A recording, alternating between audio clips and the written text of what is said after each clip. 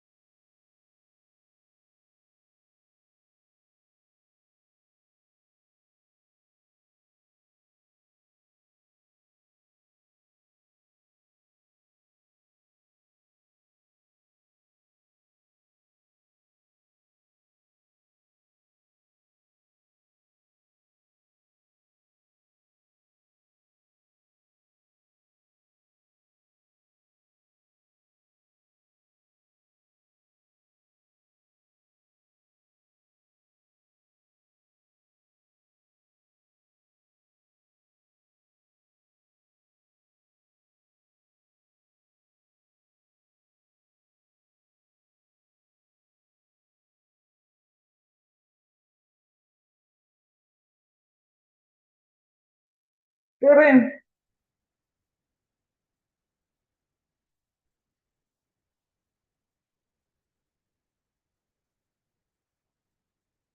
Karen.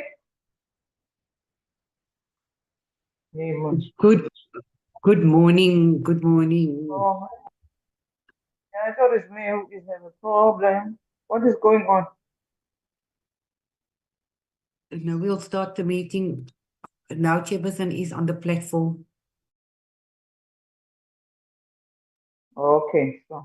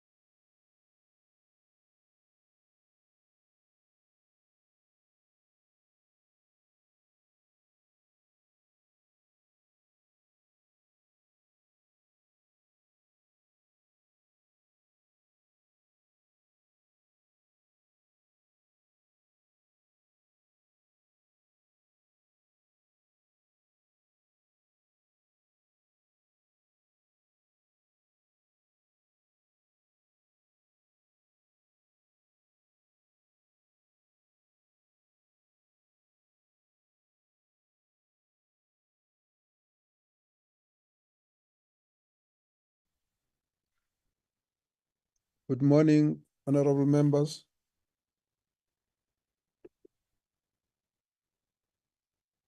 Good morning, Chairman. Hi, Morning, morning sir. for this delay. Good morning. I hope everyone is well. I see we've got a full attendance here. And so I would like us to start. At this point, may I invite the members to observe a silent prayer or meditation.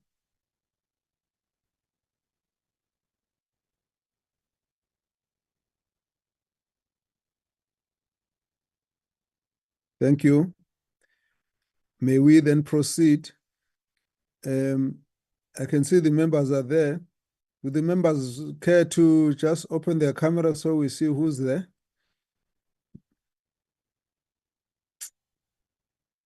Don't be shy. Hi. Hi. Honorable Mkalipi, Honorable Teposh, Honorable Fansail.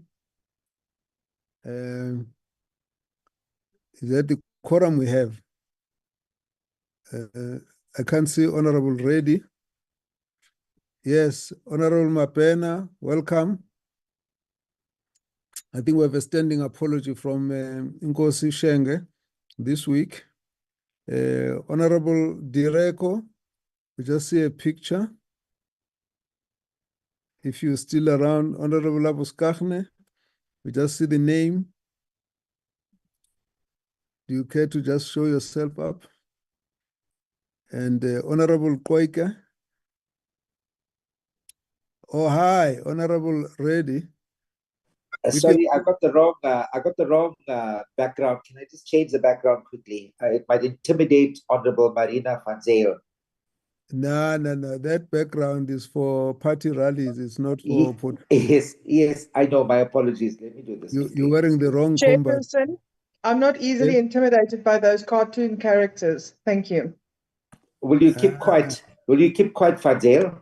Immediately. No, something is not parliamentary there. Is that okay? Is that okay? That's fine. Yeah, that's right. much better. Thanks. Now you've joined the meeting. You're not in a rally. And so, the other members, I can't see Honorable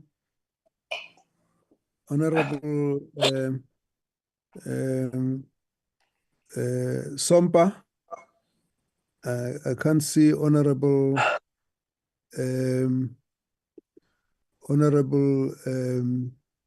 Damase. Do you have any apologies, Shireen? Good morning, Chairperson. Yes, Honorable Sompa said she will only be able to log in at 10 o'clock as she's on a flight, but all the other members are on the platform. Wonderful. That's fine then. I just got a call from Honorable Direko. I'm not sure that she wanted to raise an issue. I just see a missed call now. But can we then start? Chair? No, I'm here, Chair. Oh, yes, you are going to show your face, but at least your voice will carry for now. Okay, I think we've got a quorum. Labuskachne, are you around? I see your name there. Labuskachne is there somewhere, but the name, okay. Now, I really want us to try and get a disciplined meeting going this morning. And so I would like to, having noted those apologies, I would like to flash the agenda. Shireen, please show us the agenda.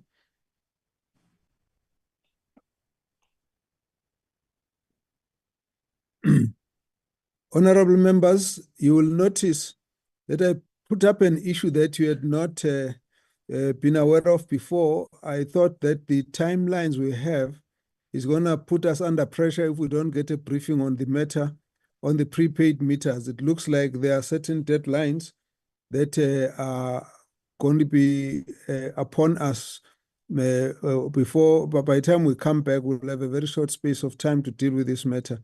So I therefore thought we must introduce it, and we'll take a briefing from the department, and the DG has kindly agreed to get a team to come and brief us on this matter. I'll come back to that issue. Then I'd like us to just reflect on the BRRR thing, how you're seeing it. We've discussed this matter, so we're going to spend a few minutes on it. Then please push up the agenda. And then this one, Shireen is going to take us through what the issues are here. It's a matter we should have dealt with some couple of weeks back. then the closure of this report, KZN oversight visit, and then briefing on the just also to close on the issue of Khoi and San matters, and then the issue is around the discussion around the Gauteng municipalities in preparation for our oversight visit. So these would be the issues for us. Can we get a mover for adoption? And please note that the closure of this meeting is correctly recorded as 1300. Of course, if members have got a bit of a drag, this might spread a little bit later, but at least we've got that corrected. Members, do we have a mover for adoption? I move for the adoption of the agenda, Thank you Chair. very much. Seconder. Honorable Mapena, second. Honorable Mapena, you're welcome. Thank you very much. So we move to this issue. So colleagues, as we start, this matter is a matter that has been brought to my attention, that there is some time frames associated with the update of prepaid meters, a matter that might be affecting municipalities in a manner that we would need to be informed and also get involved. And therefore, for that reason, we ask for a presentation.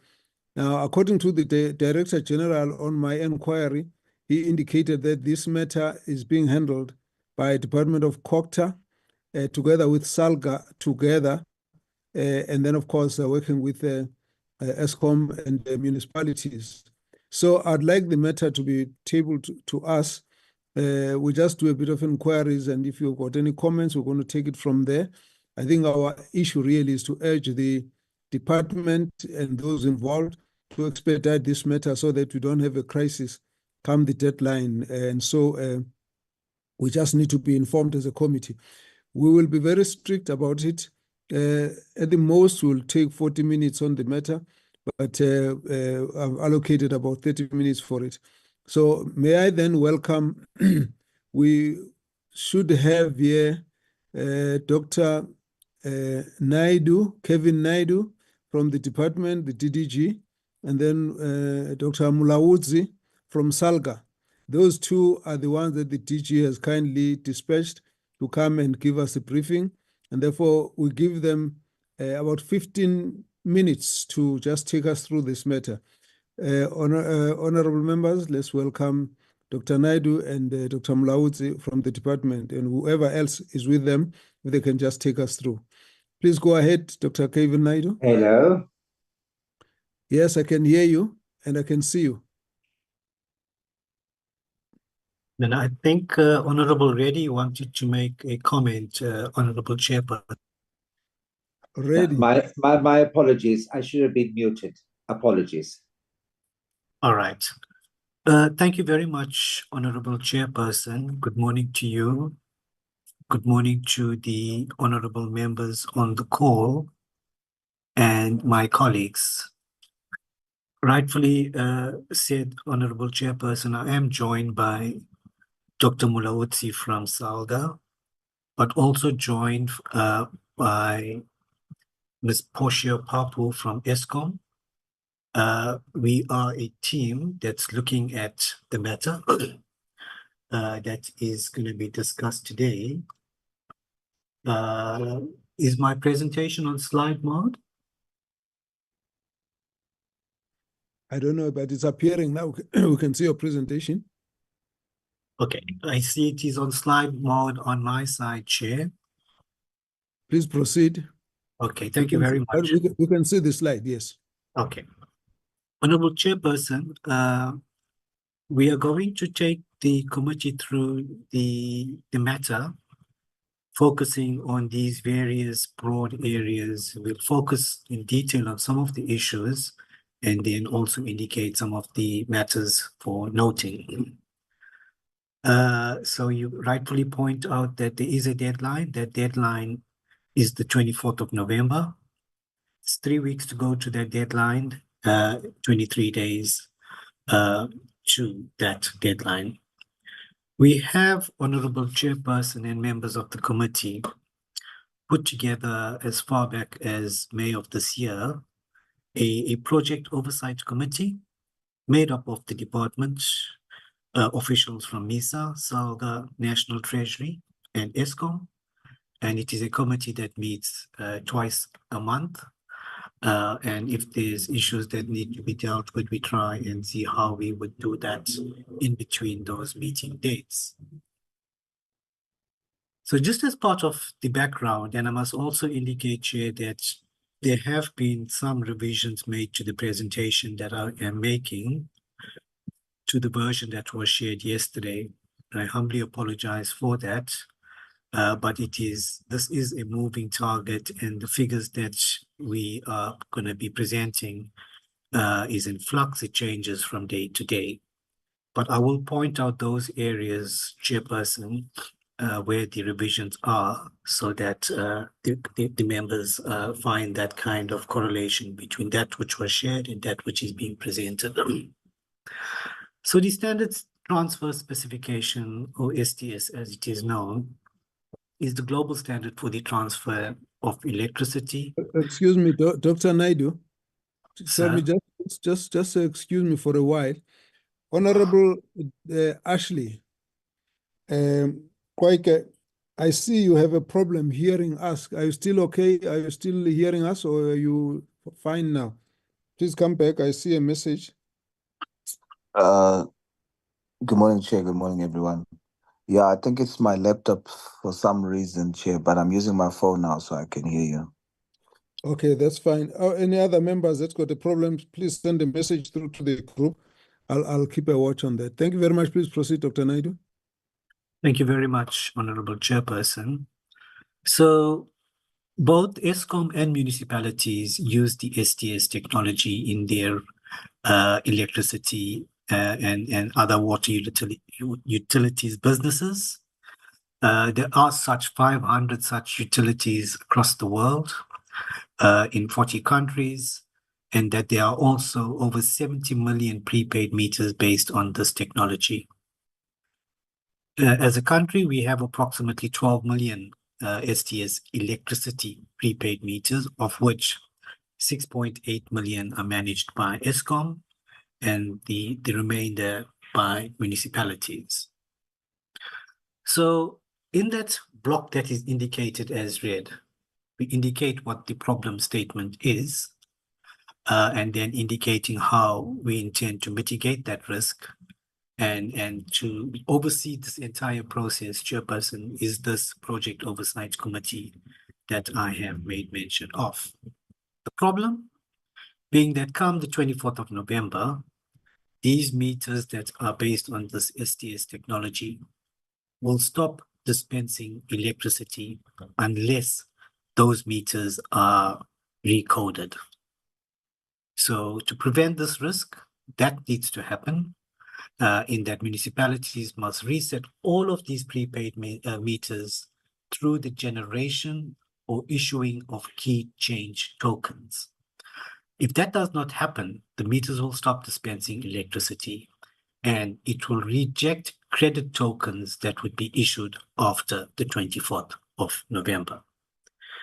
As the Project Oversight Committee, made up of these officials from the various organizations, we do report to GEXCO and to MINMEC. GEXCO is the joint executive committees at a technical level between SALGA and the Copter family, and then also a political structure made up of the ministry and the National Executive Committee, or at least the presidency in SALGA.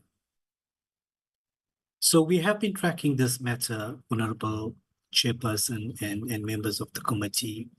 You would see that the matter was taken to MINMEC on the 15th of March. Various resolutions were taken at that meeting, and then various responsibilities given to MECs to ensure that the risk associated with this matter is mitigated by, firstly, MECs bringing this to the attention of premiers in the provinces, to undertake provincial campaigns, to develop risk mitigation strategies for the executives in municipalities to also get involved,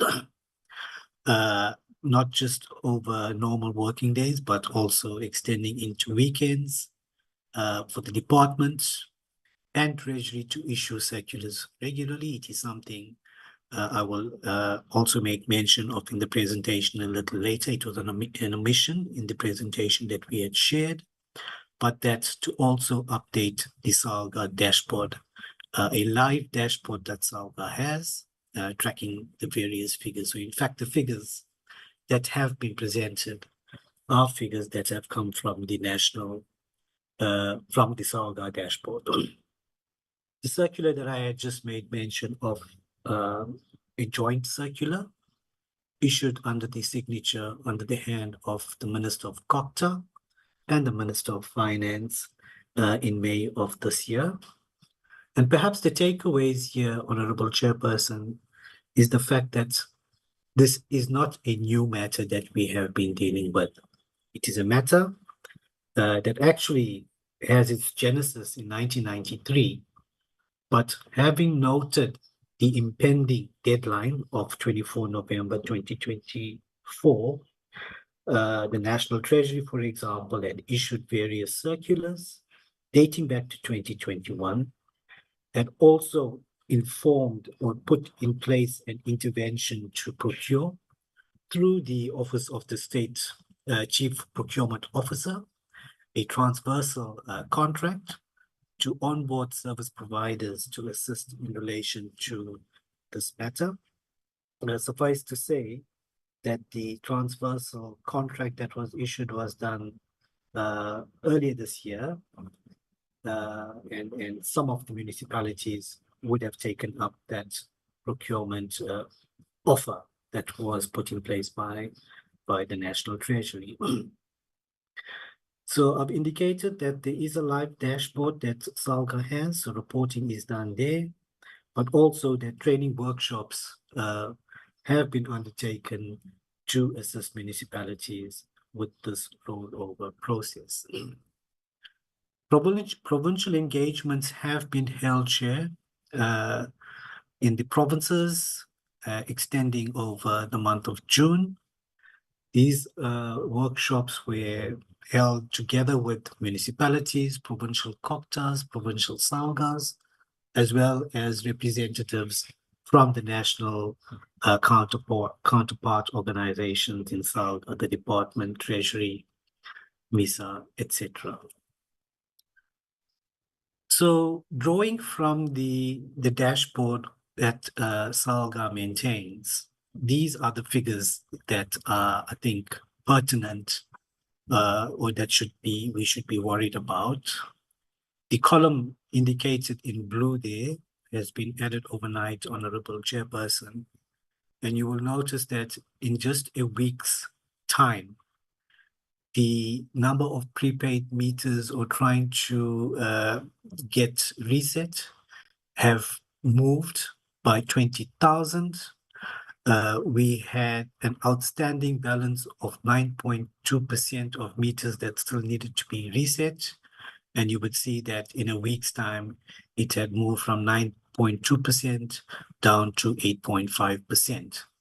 So it is, like I've indicated, a moving target. And perhaps in the last weeks that we have had and moving towards the deadline of the 24th of November, 3 weeks' time, I think the urgency has suddenly dawned upon municipalities to make sure that come that deadline, they are not found wanting. But of course, Chairperson, we will indicate also those things that are outside of our control. And the balance that we would be worried about is a balance that we may not have control over, mostly because of these falling under the category of non-vending meters. And what are these non-vending meters? It's meters that are duplicates on the system, meters that have been bypassed illegally, meters that are faulty, and meters that have been tampered with. And in relation to this non-vending meters, if one has to look at the revenue loss that has been put out there, it is figures that have not been confirmed, but it is a figure of 8.6 billion rand that SALGA has assessed as revenue lost or foregone through these meters that have been tampered with. It is something that we have agreed as a department, as SALGA, that we would need to see how we deal with those issues come post 24 November 2024. On the left of the screen, you would see how a normal connected meter ought to look like. And that which is on the right of that slide is the tampered meter. It is a meter that is not vending, but connected and issuing electricity. So when we look at that, it would probably be amongst the 8.5% that still needs to be reset. But even if it is not reset come the 24th of November, that could be continuing to issue electricity, and it would fall under the category of revenue foregone. Some of the municipalities with large number of non-vending meters, the 5 that we have picked out there, eThekwini, Nelson Mandela Bay, the City Power vending municipality, Tshwane, and then Maluti Upperfong in the Free State province. Indicated that the genesis of this dates back to 1993, where the key revision numbers were required to move from KRN1 to KRN2 by the end of November, by the 24th of November. The next slides deal with an update we've received from Eskom, and Ms. Portia Papu is in the meeting if there's any clarity that is required in relation to this. So Eskom has 6.9 million customers, but of that 6.9 million, the majority of them have been issued with pre-coded meters. This means that Eskom is ready for them to come and collect their tokens, as the system has been prepared for the insertion of those codings so that they become compliant. Of that number, 4.2 million are already on key revision number 2. We wanted data broken down per municipality, Honorable Chairperson, to see where we could, intervene if the numbers indicated that it needed such intervention. We do not have that per municipality from the Eskom side, but they would have that at a provincial level. Suffice to say, and I think when we look at the reports in the media recently, Eskom is also undertaking several campaigns to invite people to come through and collect their tokens. This slide indicates, is extracted from the Eskom dashboard. It indicates the numbers that we have just been speaking about, and graphically on the left-hand side, and then the actual numbers indicated there on the right-hand side. We have, as a department, flagged some municipalities, 3 in particular. The blue indicated on the extreme left, I've indicated it as such because overnight there was more information that had come through, and we had made revisions to these 2 specific municipalities. So while we have indicated Matlosana has been red flagged come the 24th of November, we believe that that risk which would be there has been mitigated or dealt through the number of outstanding meters, which is set at 27,000, but those are non-vending. And therefore, come the 24th of November, that non-issuing or the non-extension of electricity coming out of those meters will not be stopped, if I can put it like that. As interventions, there were certain no-go areas in Matlosana where the municipalities could not go in and, physically intervene in terms of upgrading the meters. But the councillors, the executive in the municipalities had also undertaken several engagements with communities to try and see how they could mitigate that. There were several Izimbizo awareness campaigns that were held, as well as the service provider, and I say in inverted commas, given protection to try and go into those wards. SALGA has indicated that that municipality, for the reasons that I've just advanced, should be removed from the red flag municipalities. Tabazimbi, also it was a worry for us, because I think in the version that we had shared with the committee, we had indicated that the project had not started, but information coming in overnight, Honorable Chairperson, has indicated that notwithstanding this municipality being under administration, the service provider had commenced work during the course of the week. And as at the end of yesterday, 800 meters of those that needed to be reset have been reset. So it is work in progress, and we've been given assurance that come the deadline, the matter could be arrested. In relation to Makana, and I think this is our problem child, Honorable Chairperson, in that there's been challenges in terms of getting into the municipality to try and assist them. So this is a slide or information taken directly from the input that has been provided to us by the province. You would see that they've been battling to get information out of Makana, and we would need to see how, as a department ministry, together with SALGA and the province, intervene, say that guardedly, in the municipality to rectify this in the very short time that we have left, Honorable Chair.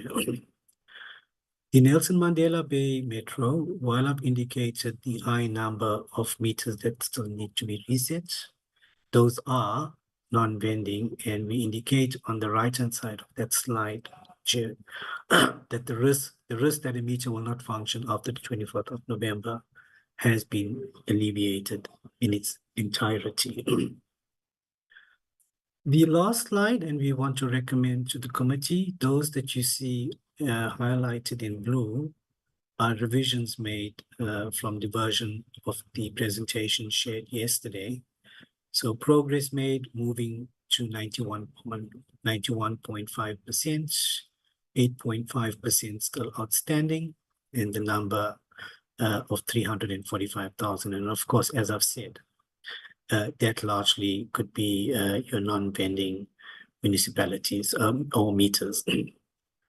SALGA is conducting a study on these non-vending meters and its impact on municipal revenue loss. And as I've indicated during the course of the presentation, Honorable Chairperson, that it is something that we will pursue with vigor come post the deadline of the 24th of November. The red flag municipalities, those that we are worried about, are probably at this point in time just Makana, because it would appear that the meters or the outstanding meters that need to be reset in Matlosana and Tabazimbi are well on the way to being reset. Chair, that would be the presentation, perhaps with your indulgence, to maybe request Mr. Mulaotsi firstly to make an input if he so wishes, and then also Ms. Papu from ESCOM to also do the same, should she require to clarify any matters that have been presented. Thank you very much, Honorable Chair and members, for your attention. Thank you very much, Dr. Naidu. You have exhausted your time, but out of the generosity of the chairperson, you'll get 2 minutes for each of the two, because they've had the courtesy to come join us this morning. Let's hear their voices. 2 minutes each, and we proceed. Dr. Mulawuzi. Thank you very much, Honorable Chairperson, and yes, good morning, honorable members of the committee. Yes, I think Dr. Kev covered everything, Chair. I have nothing to add. Thank you very much. Thank you. All right, you'll have 3 minutes for ESCOM. Thank you so much, Honorable Chair and the honorable members. Dr. Kevin has covered us very well. Thank you so much. Thank you very much. That's good teamwork. Honorable members, you've got 1 minute per member, and I know not all the members will speak, so we've got 5 minutes at the most, and then we close the subject. Honorable Chair. Honorable Conseil, Honorable Reddy, Honorable Direko, Honorable Mapena. That makes the 5 that I asked for. Then we proceed. Honorable Kalipi, 1 minute. Thanks, Chair. It's very difficult to contain myself in that 1 minute, but nevertheless, let me try, Chair. Chairperson, thanks for the... Thanks, Chairperson. I want to understand in regards to the presentation by Dr. Naidu. There's an issue here at eThekwini municipality whereby the issue is in court about this meter thingy. So what is the understanding of the department, and how are we going to be affected as the citizens of eThekwini? Because it has been dragging. As a result, the DCM was also suspended in relation to those meters that I'm told that they have put in a certain room in the municipality have not been implemented. But however, the person who got the tender is claiming that no, he implemented the project of this meter. Thanks. Thank you, Honorable Conseil. Thank you, Chairperson. Thanks, Dr. Naidu. May I please request that we get this freshest updated presentation sent to our group? And then the second question, and I don't know if that's at all possible, but I'm assuming that there should be such a control mechanism. Is there something that the end user can input into these prepaid meters to see if it has actually been coded to what it needs to be? Surely if it's a conlog, then you can say this is the code you can input, and then you can see if it's been successful. If it's another meter, then this you can input, and then you can see if you understand. Thank you. Thank you very much, Honorable Mapena. Sorry, Honorable Reddy. Okay, the report is noted. However, I'm just concerned about the cost of this exercise. And also, I recall do you remember in 2000, there was this Y2K program where they said the whole world was coming to a standstill, where all the computers are going to be shut down, and billions and billions of rands were spent on this thing, only to realize later that it was just some kind of IT way of making money. So I hope this is not one of those. That's all I have to say, Chair. Thanks. Thank you, Honorable Mapena. Thank you, Mapena. Honorable Direko. Thank you, Chairman. Is that looking at the number of outstanding houses, is there any joint program that the Department of COGTA, Electricity and ESCOM are embarking on to assist municipalities to ensure that by the time we reach our deadline, at least all the households would have that meter?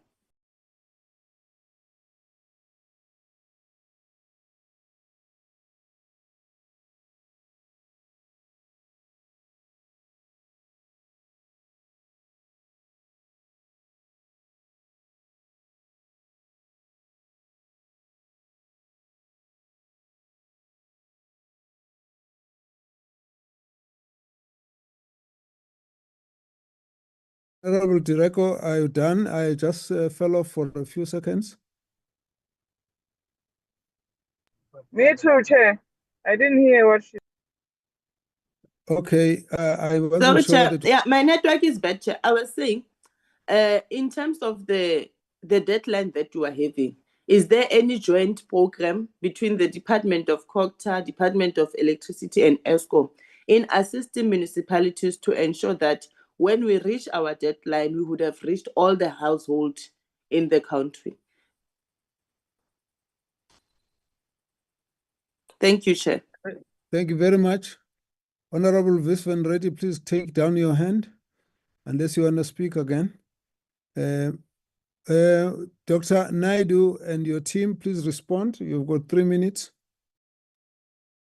Thank you very much, Chair. Let me give a minute each to Dr. Mulaudzi and Ms. Papu, and I will come in thereafter if there's still anything that needs to be responded to. Dr. Mulaudzi.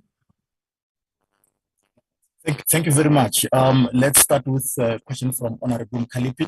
The court case for eThekwini, what we are well aware is that eThekwini is done with the vending customers. Their meters are all converted.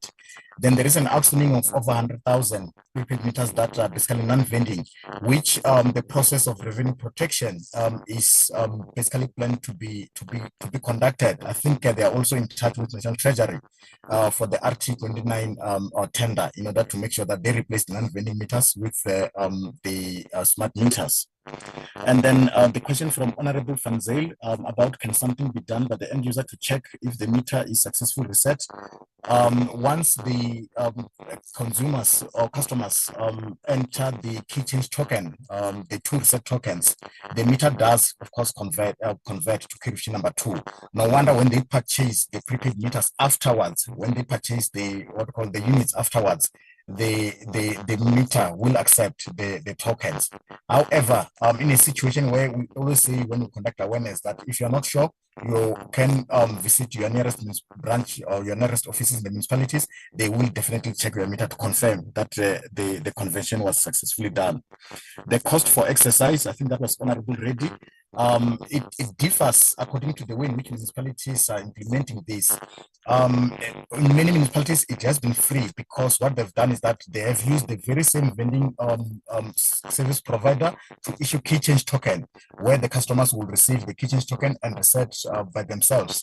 Nevertheless, there were some municipalities that decided to procure the service provider to do the complete reset of the meters as well as meter audit to make sure that they basically clean the entire database. In such cases, yes, there were costs, but these were basically few municipalities. Many metros, if not all, they were basically issuing to customers and customers were converting the meters. Honorable Director, is there, what's the number of joint program to assist municipalities? Yes, in the past number of years, we have been working with municipalities and other stakeholders, including the STS Association, which is the custodian of this technology, where we've conducted a number of things, including training for municipalities, awareness, and many other things. But we always said to municipalities that should we have any challenge, you're more than welcome to let us know so that we can provide any technical assistance that is needed. So far, there hasn't been any municipality that said they basically need any sort of assistance other than those that we have directed them to National Treasury to access the transversal tender, the RT29. But so far, from all municipalities, they are well within their program and timelines in completing this project in the next 3 weeks or so. Thank you very much. Y2K scare. Yes, thanks, Honorable Chair.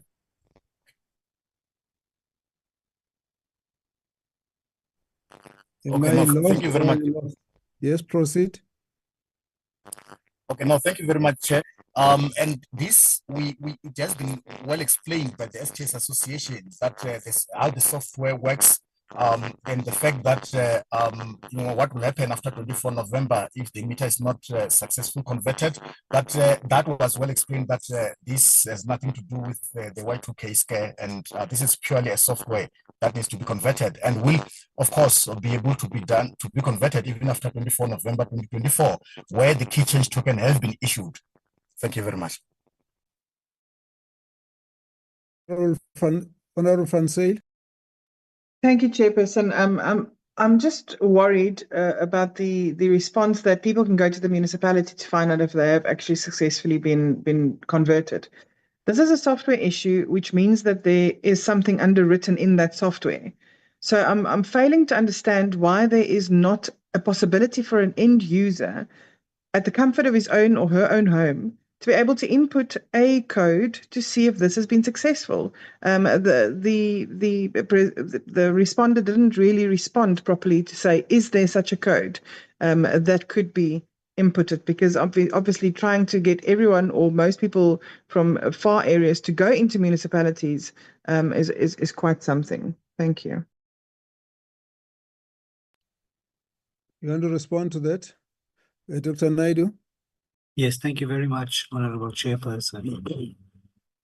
And to well, firstly say that the presentation will be shared, but secondly, in respect of the specific matter raised by Honorable Van Zyl, social media have been posting a lot of communication in this regard, Chair, and one of them is, and even by political parties as well, and one of the things is that there is a notice out that shows if you're on a specific meter, be it Conlog or whatever other meters, I think there's 5 or 6 of them, you can input a star, some number, hash something, and it'll indicate to you whether your meter has been recorded or not. So I think as part of sharing the presentation, I will also try and retrieve some of those communiques and share it with the committee as well. Chair, I think the issues have been responded by Dr. Mulaudzi, and I don't think that there were anything for ESCOM per se, but I'll hand back to you, Honorable Chairperson. Thank you. Honorable Mkalipi, you asked a question about the case in eThekwini. I saw that Mlaudzi sidestepped it and went and gave you another answer. But do you want to do your last follow-up? That's the last opportunity now. I just wanted to ask because it's going to affect all of us here at eThekwini, Chair. And then we want to know from the doctor, the good doctor, what is the current status regards to those meter boxes that are not processed? Secondly, there's a court case. What is the way forward in terms of that aspect, Chair? Honorable Mlaudzi. No, thank you very much, Honorable Chair, and yes, Honorable Kalipi.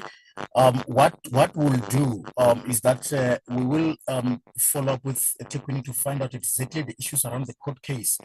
Nevertheless, what we are aware of, Honorable Chair, is that yes, there are over 100,000 prepaid meters that are non-vending. So with eThekwini, all vending meters have been successfully converted and they will continue to dispense electricity post-November 2024. Then the non-vending one, the municipality is in a process of replacing them with smart meters so that yes, they can, and these smart meters will be already converted to Kirifshin number 2. Nonetheless, we will follow up issues around court case that we were not well aware of, and we'll find out what's happening with that. But our knowledge is that they are working with the National Treasury to access the RT29 transversal tender in order to procure the smart meters for the over 100,000 prepaid meters that are non-vending. And these non-vending, yes, I think Dr. Kev did explain that according to our knowledge, they will continue to dispense electricity because the meter has been bypassed as per one of the pictures that he presented, which the meter is virtually not there. It has been bypassed, and the electricity will continue to basically dispense to the household. And this is what eThekwini is basically cleaning up through the RT tender. But we commit that we'll follow up with eThekwini to understand the technicalities around the court case as to what is happening there. Thank you. Thank you very much. We will not take any more comments. Let us close this matter. Firstly, by thanking you, the department, SALGA and ESCOM, for coming over to do this presentation to us. Please convey our gratitude to your principals, the DG and the ministers. Thanks very much. I think the major issue for us is that the committee is rightly concerned about the deadline that's approaching and that the process is still not complete, and we are concerned about that. We're noting the progress of what has been done at this stage. We also want to urge that the departments and all involved and the municipalities must ensure that no municipalities misses the deadline. We also noted the issue of the non-vending meters, which have got a cost of 8 billion rand. That's a huge amount. And we hope that something is going to be done to really deal with that, particularly.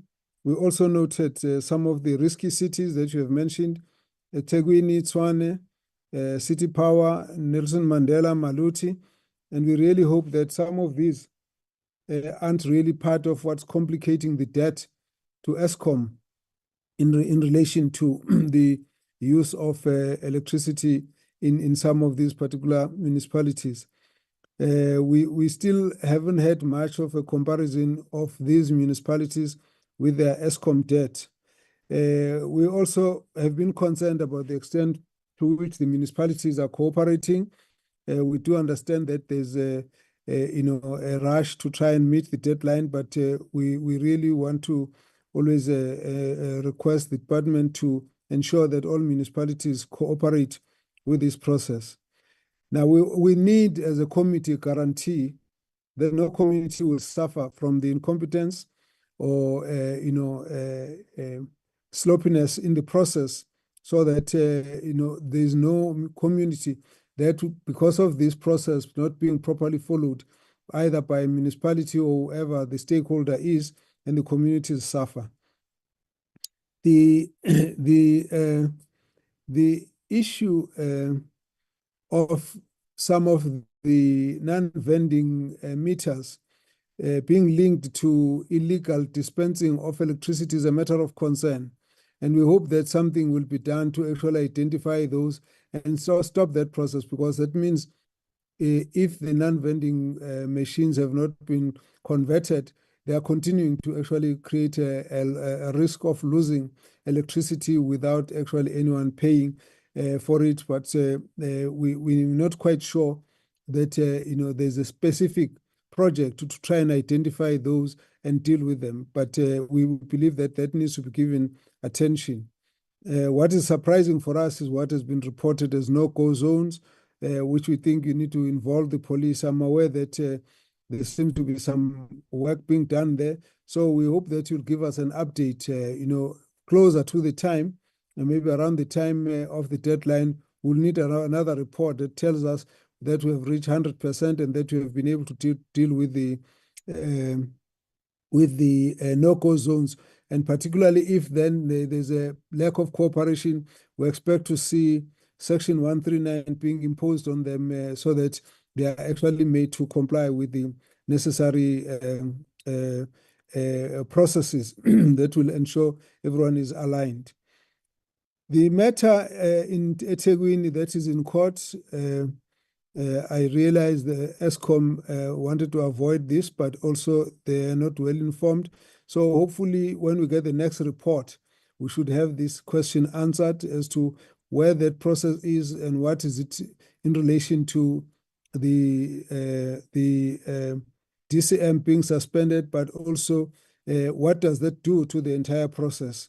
It sounds a bit contradictory. Someone has been suspended for it, and on the one side, on the other side, the eThekwini is almost complete. It looks like there's some missing information here, so we need a bit more of an update later on. The point that's been raised by Honorable Member Van Zyl about the end user input, and I hope that that information will be forthcoming to the members so that we can advise where we need to advise, so people can use tokens to check the successful connection on their own without having to wait for the deadline that is coming.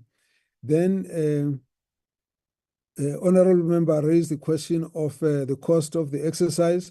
I think we just need to be sure that as you say, that the cost is not extreme. I still couldn't follow this, but we just take your word that the cost of this is not so extreme as to be a burden in the process of conversion and of converting these meters. Again, the issue of the Y2K scare, your point is that it's a software conversion, and therefore which if the end user can use a code to check successful conversion. even the Y2K was quite a scare, but I hope that your explanation should suffice to assure us that this is a correction of an existing problem, as we have explained it. The other question in relation to the outstanding houses that the STS Association is working with all the stakeholders, and the use of transversal tender will assist everyone involved to ensure that we can cover those houses which are outstanding. I think the briefing for us has been quite empowering. It's a matter that not all of us have been aware of. And so I think our concern is really how this would have affected communities if it were not properly executed. Now, we note, therefore, the progress that we have made.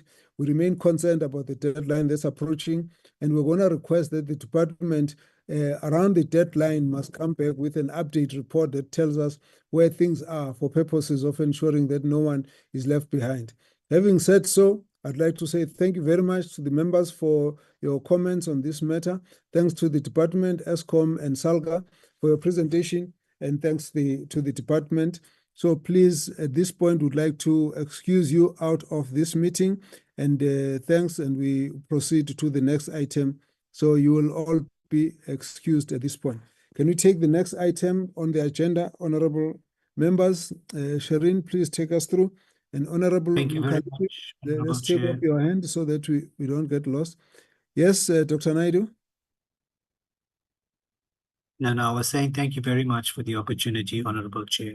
Have a pleasant day ahead. Thank you. Bye. Thank you. You all enjoy your weekend. Everything of the best. Thank you. Bye-bye. Thank you. Bye. Shireen, please table this matter. Just take us through quickly.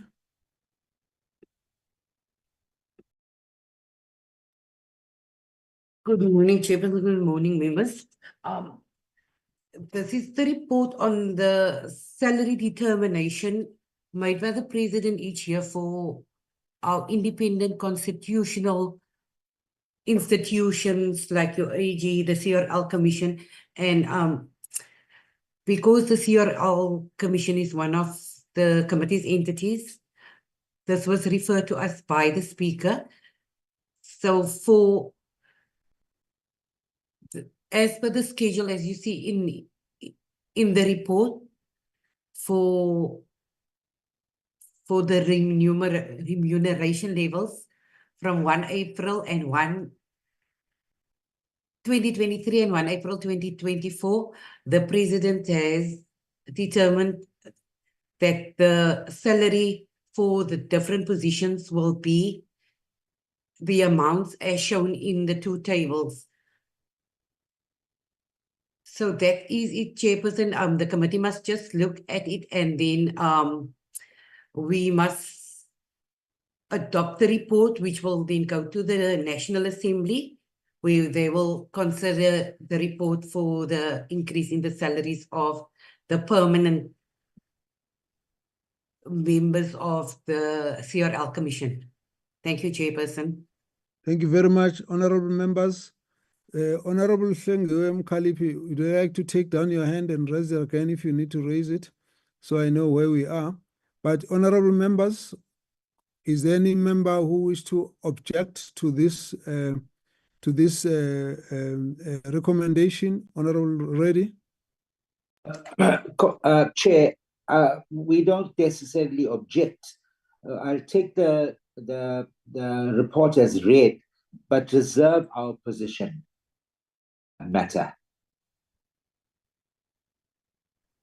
Okay, if I break it down into simple explanation, you are saying you have nothing to object about, but you may have a position as a party that may be different to the support to this matter, which means you don't object to it being adopted, but doesn't stop you from opposing it at any other time. That's correct. Thank you. It did sound like that. Honorable Mukhaliphi? Exactly, Chairperson. I'm also in that the government is ready put the position of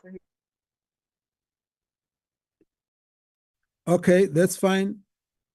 With those two objections being noted, can we consider Recording stopped. we need the recording to be on. I'm not tired. Recording must be on when we adopt this report, please. Honorable Shireen, just check that the recording is on when we adopt this. I don't want it to have a lapse in the records. Shireen?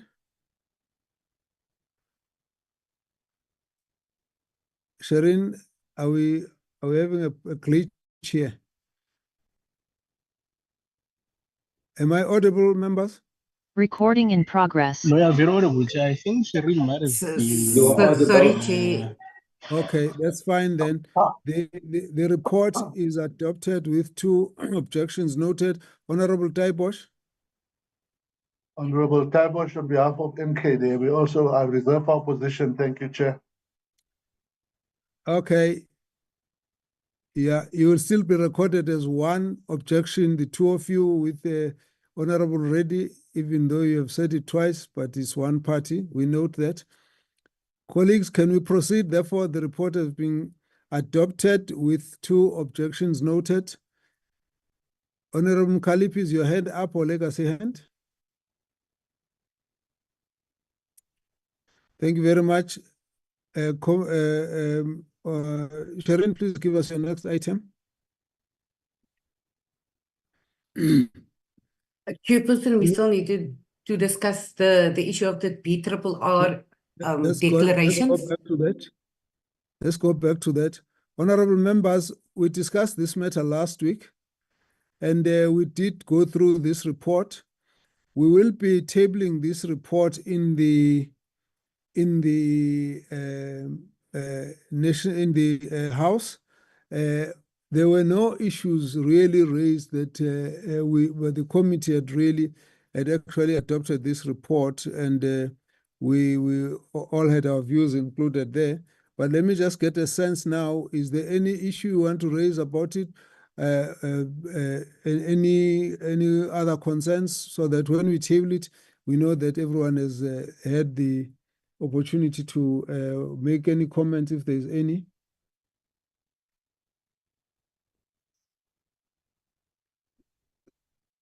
All right, that's fine. Then we'll table it as supported by the committee. Let's move to the next item.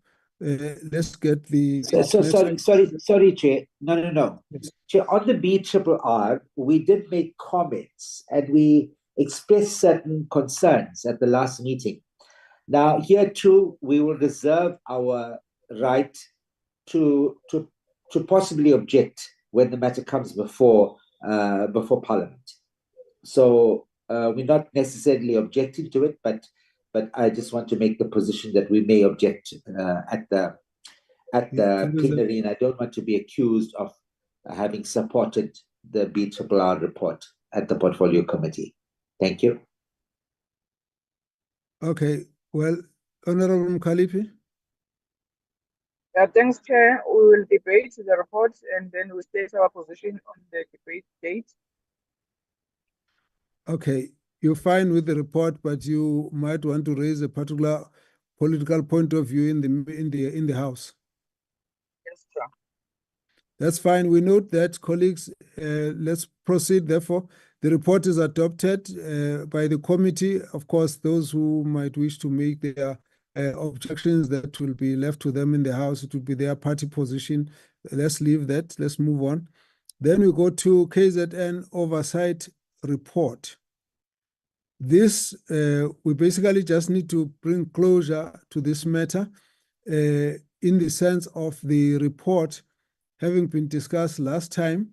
There may well be issues there, mainly the issues that were raised by the communities. We haven't got responses to them yet. It's going to take us a while to get those responses, but for us, it's going to be ongoing work. Those for eThekwini and Msunduzi, those matters will have been referred back to the mayors and the MECs to deal with. So there will not be responses on them yet. The other matters that were outstanding reports, what we'll have to do is that we need to schedule maybe in another month or two an update on the KZN oversight visit, wherein we are not looking for new information from us, but we need to just create space for update should there be any new information coming from the municipalities. For example, the last time we spoke about outstanding reports from municipalities. I noticed that the Honorable Mkhaliphi had raised the issue of the stolen firearms. Now that report has been submitted by the mayor, and I hope the members have seen that report. Now that it reduces the number of outstanding reports. But what it does is that when you sit and read through those reports, you might want later to come and pick up an issue that might be either a follow-up or something new or information that we read afterwards and want to pick it up again for a discussion or follow-up. So we'll create such an opportunity in about a month or two to table the issue in case there are other outstanding, if there are other issues that need to be considered. But from the point of view of the report that we had made, having gone to eThekwini, we need to adopt that and close it. And then say when we will come back in another 2 months or so to actually have an update. So for example, when I refer to the report on the firearms, as you go through that and you pick up new information, we don't need to hold this report pending your concluding on what you want to do with the information you have found. We can close the report, but when later we want to talk about what happened in eThekwini or what happened in KwaZulu-Natal, you can then raise it at that point. So I want us to say that this report of KZN oversight has been adopted, that in about 2 months, we'll then have an update on what subsequent information would have come in at that level. Can we deal with it in that way, colleagues? Agreed, Chair. Agreed. Okay. Any Honorable Van Zyl? Thank you, Chairperson. I was going to actually inquire about exactly that, those reports. Can we include, before you close this report, can we include those reports from Msunduzi, the guns, the Royal AM, etc., into this report as an addendum before you close the report, even though we will then discuss it, or will we then discuss it and then reopen the report and then include it again, if you catch what I'm saying? Thanks. Okay, Honorable Mkhaliphi? Okay, before we even rush to close the report, there are a number of issues that we raised, even when the MEC was there. One of them is the issue of insurance, water insurance, eThekwini. And he even commented and said they are going to look at the issue, but it's not part of parcel of this report. And all other scaring issues regarding Msunduzi, where we raise it in a meeting whereby people are being paid while they're in jail, even overtime. Those are the things that is not clear with how are we going to deal with those issues. Even yesterday, when the Deputy President was in the House, there was an issue of the water that the Deputy President said, eThekwini, there is some progress. But as we hear, the understanding of the committee, we don't have that report. Because each time when we are raising issues, the issue of eThekwini is priority number 1. But to be told that no, our minister and the Minister of Water and eThekwini municipality, they are working on that issue of scarcity of water, including the aging of infrastructure. So therefore, there's a progress report, which we are not even told when we were doing the oversight, because as we are mentioning, Chair, the issue that emanated from the communities, none of those issues have been attended to. And if you remember, on those communities that we attended, the issue of water was priority number 1, even under Msunduzi. So therefore, I'm saying, Chair, we need as a community to be clear with what you want to achieve. I agree with you to say in a month's time or 2 months' time, we must also call these municipalities again in the committee. But those are the gray areas that needs to be clarified. And the issue of the Richards Bay, we've done our job. We went there to oversight, but as a way forward, we don't know as we speak. What is the way forward in order to resolve that issue that we ended up meeting with all those stakeholders, Amakosi, RPM, and the community? Because as things stand, the community is still asking the intervention. After our meeting, nothing. Those are the things that I want to raise. Okay, thank you very much, colleagues. Somehow we are in agreement, but somehow we have not found the right formulation of how to handle this issue. There are two issues here. There's a report that has been drafted that covers as much of what we wanted to cover as possible, of which we have no disagreements about. Then there are a list of outstanding issues which will not be resolved immediately, and some of them we're getting update, some of them we're getting new information, some of them we will need to revisit afterwards. So how does the committee wish to deal with this matter? My proposal was that we have a primary report that gets adopted, then with a proviso that there is a list of outstanding matters that will be revisited to look at the update every month. Now, if the members say we will not adopt the report, we wait for these matters, the risk I see in it is that, let's just take a group of 3 issues. There's a group of issues that relate to outstanding reports. Now, these reports may all be fielded into us, and so we've got them. Now, once those reports have been given to us, then there is no new issue that relates to those matters being outstanding. However, those reports raise new issues in their own content, which we might want to follow up. Then that's one group of issues. Then there are issues which are like, let's say, the issue of the water supply. Now, I don't ever believe that you can ever close the issue of water supply, because the level at which that matter will be resolved is something that might take us several months up to a year. So every 2, 3, 4 months, we want to know what is the progress. Even if we got that report progress, it's not covering all the areas. We'll still have to say, no, what about this area? What about? It might take us a whole year to even get to follow these matters up. That's another group of issues that we have to keep in mind. Now, as a result, then of course, then there are a whole lot of administrative issues where we need clarification: suspension of the DM, suspension of the MM, the matters in court about the litigation, and the progress on the implementation of 139 or to 154 and all of that. Some of those issues may never be completely closed, but you can always get bits and bits of information. So we will actually we can either adopt the primary report and then schedule that every 3 months we're going to review the issues of update the report every 3 months or something like that.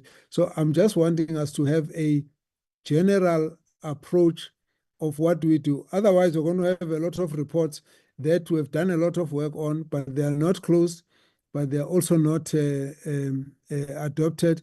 But then we know we can't do anything until you got some new information, and you can continuously get that new information. It might just be that as we structure our agenda going forward, there may be 3 months review of the visit to KZN, 3 months review of the update of the visit to Gauteng, and so on, which will be a standing item on the agenda.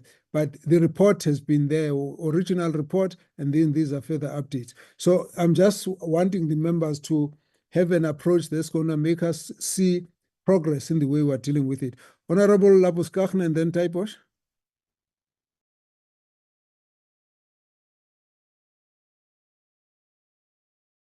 Lapus Kakhne, are you managing to unmute yourself? Okay, let's take Taibosh. Maybe your gadget will be quicker. Thank you, Chair. Chair, yeah, I think we need to treat this report as a report as at a specific date, which is a snapshot of what the municipalities looked like when we were there. So therefore, this report must be accepted at some stage and signed off at the date that we were there, once the report is done. But the issues arising out of this report will be ongoing issues. So those issues must be, and I hear you saying once every 3 months. I almost want to say once a month at least. Those issues, we need to look at them, because once every 3 months, we'll only look at it 4 times a year, and it could take forever before they resolve. So I would say that once a month at least, we need to look at those issues and we need to ask for updates on those issues.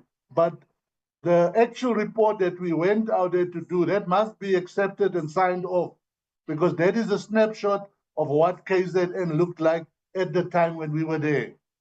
That is not a live report that the issues that come from there we can handle separately. Thank you.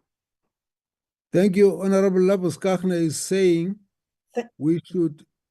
Are you on, Lapus Kakhne? No? Oh, yes, now you're fine. Go on. I'm very sorry, Chair. Yes, Chair, I want to support the summary that you give, because the matter of the fact is we had on our program an oversight visit, which took place. And because of that, we did an oversight that is part of the report. In the oversight, while we were there, we discovered certain issues that we are concerned about and that needs some follow-up. So in our report, there are the findings and the recommendations. So what we should do is adopt a report. The report is saying that we've done what we planned for as the committee. And the recommendations, we as a committee now out of that report, I think should sit down and say, these recommendations need some action. Some is to the municipalities, some are to other, whatever the actions needs to be.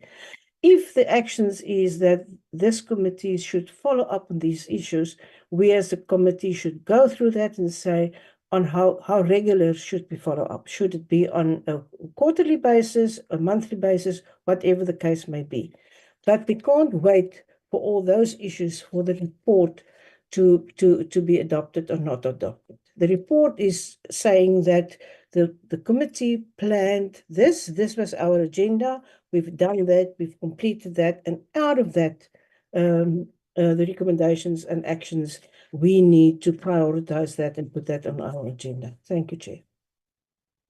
Honorable Khalifi, thank you, Lapus Kakhne.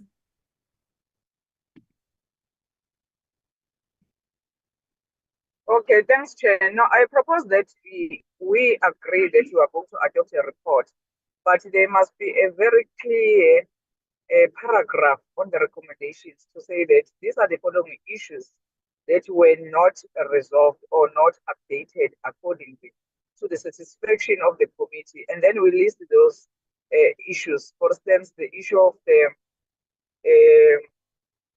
bills of eThekwini, which was the big payment. There is no proper answer there.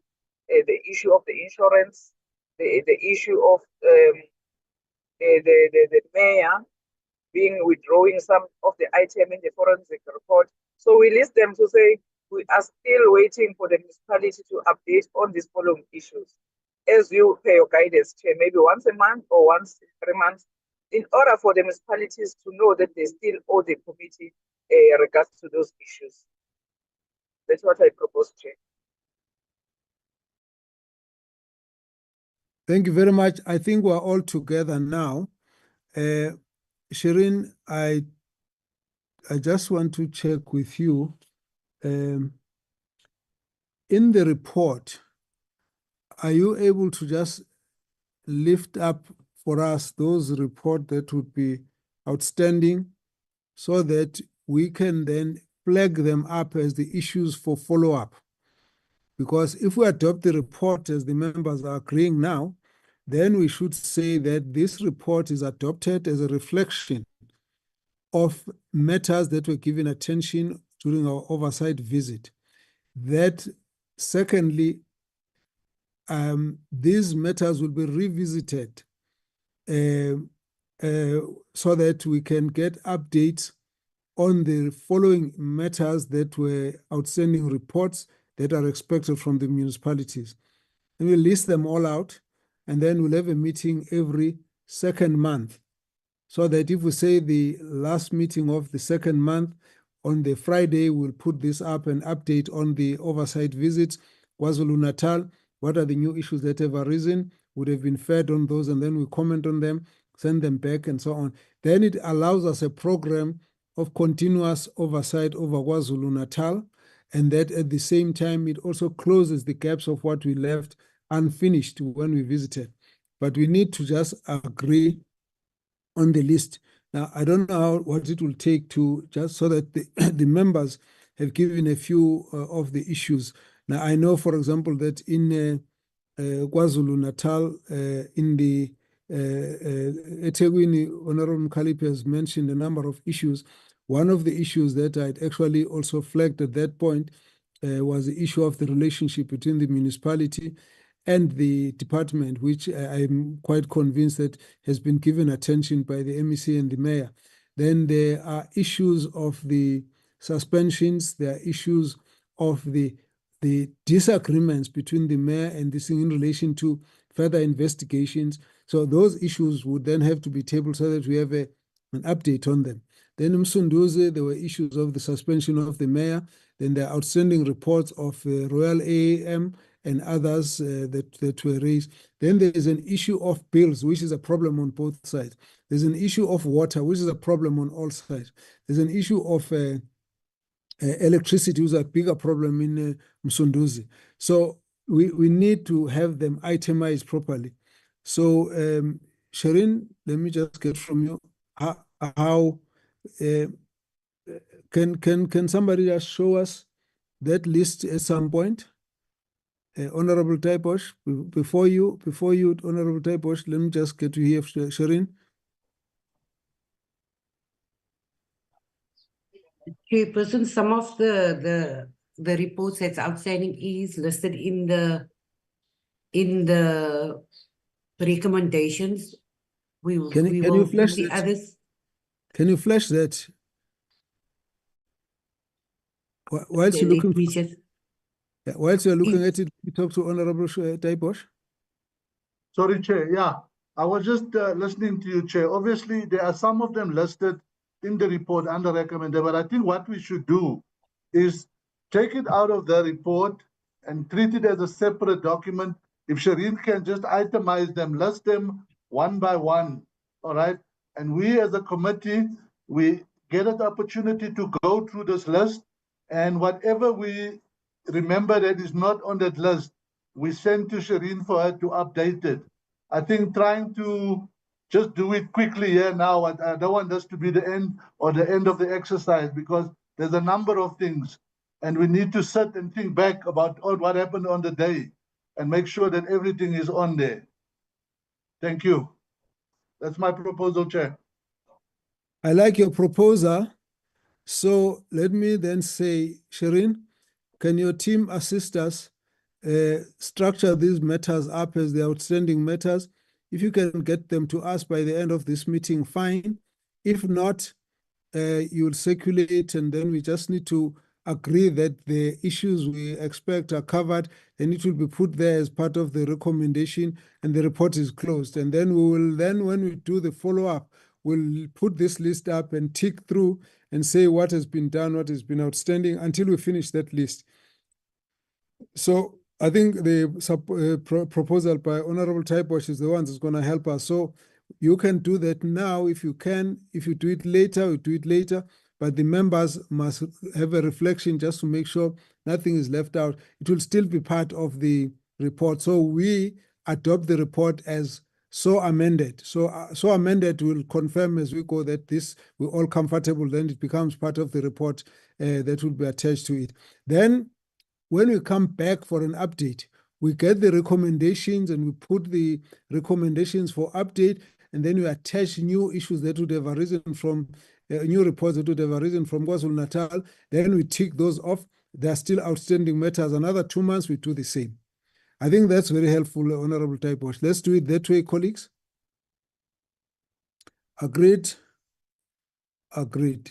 Am I hearing you correctly, Chair, that if in this report that you are adopting now, if there are issues that needs to be included, we must send to Shireen? Exactly. If there are issues that have to be included, we must all be comfortable that there is nothing left out. So we agree that when we see the list, we all open to amending it until we are satisfied that all the issues we had in our minds are in there. Then that's our progress report that we're going to be tabling every second month. Viva Chairperson, Viva. Honorable Mkalipi, thank you very much. So then the report on the oversight visit is so adopted. Then with as amended, and Shireen will give that to us. We'll circulate even through the list until it's all done. We'll keep molding it until we're happy, then we put it through. Then let's take the next issue, colleagues. The next issue is around the Khoi and San matters. Now, Honorable Taiposh, you are going to be on the floor just to take us through issues you're concerned with. Let me say, the committee has discussed this matter a few times. We just need them on record properly on our agenda that we again have discussed this matter. But I give you the opportunity to lead us through on the issues you're concerned and everything. Ultimately, what we need here is a process of approaching the matters of the Khoi and San community. That's basically what this is going to be all about. So I've got 10 minutes to go through this issue. Honorable Taiposh, your first 3 minutes. Thank you, Chair. Thanks, Chair. Yeah, I think what Shireen can do is the letter that we wrote to the Minister of COGTA, highlighting or listing all the issues of the Khoi and San matters. If any of the members are interested, Shireen can just post that letter for us if she doesn't mind, or just send it to all the members. I'm not sure how the members would like it. But Chair, I'm particularly concerned about some new developments. The Khoi and the San people, all right, have a renewed hope. They have renewed expectations of things, of cars and bakkies and monies. And this expectation obviously comes from a meeting that happened at Kenilworth Racecourse with the Minister of Sports, Arts and Culture. Now, the minister was referring to meetings where he went to, where he saw Nguni traditional leaders getting cars and bakkies, all right? And also getting cars, and another meeting that he went to where in the Free State, where cars were handed out to traditional leaders. Now, these are not the 10 identified or the 11 identified kingdoms that are recognized by government. These are just ordinary traditional leaders in the areas. Now, I have raised this concern before, that there are traditional leaders, kings and queens, that are being recognized by provinces and municipalities that do get land, they do get stipends, they do get cars, they do get cattle, they do get houses. But these are not recognized, okay? And I've raised this concern that why is there no Khoi and San leaders that gets these things? But to come back to this level, to the expectation and the new excitement in the Khoi and the San people, everybody is getting up to go to a meeting in Kimberley that the Minister of Arts and Culture has publicly invited them to. But when these leaders phone and write to the Department of Arts and Culture, the response there is that they don't know of such a meeting. They're not aware of such a meeting. Now, my fear is, not my fear, my disappointment is, again, there's expectation created for our people, all right? And this expectation, obviously, the minister must have meant very well when he said this. Everybody's excited. There's a minister that's standing up and saying, we want to recognize you, come to Kimberley on the 5th and the 6th, etc., etc. But the message didn't follow through to his office, where, when Khoi and San people phone and want to know about it, yes, there will be a meeting. He even said that he will pay for the transport as well as accommodation. They must make sure that they formulate themselves and that they will be in Kimberley. And then he also mentioned the Zulu King's annual salary or annual income in this of about 70 million. Now, this is so sad because you get Khoi and San kings and queens who doesn't even get R1. Why would you do something like that to our kings and queens if you cannot support it? Now, I don't know if the minister can support that, but the minister said, die Zulu koning kry 70 miljoen rand 'n maand. Wat kry julle? Julle kry niks. Now,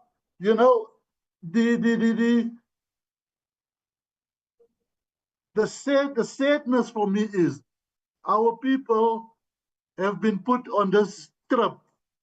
They are preparing. You must see the WhatsApp groups being excited about this, forming. They are forming committees and councils, and they all want to go to Kimberley. They're all gearing up for Kimberley. All right, but it's not being confirmed by the minister's office, first and foremost. All right. Secondly, I'm not sure if the minister can afford this, because there are thousands of people that are getting up to Kimberley and wants to go to Kimberley. And accommodation and transport for them is going to run into millions of rands again.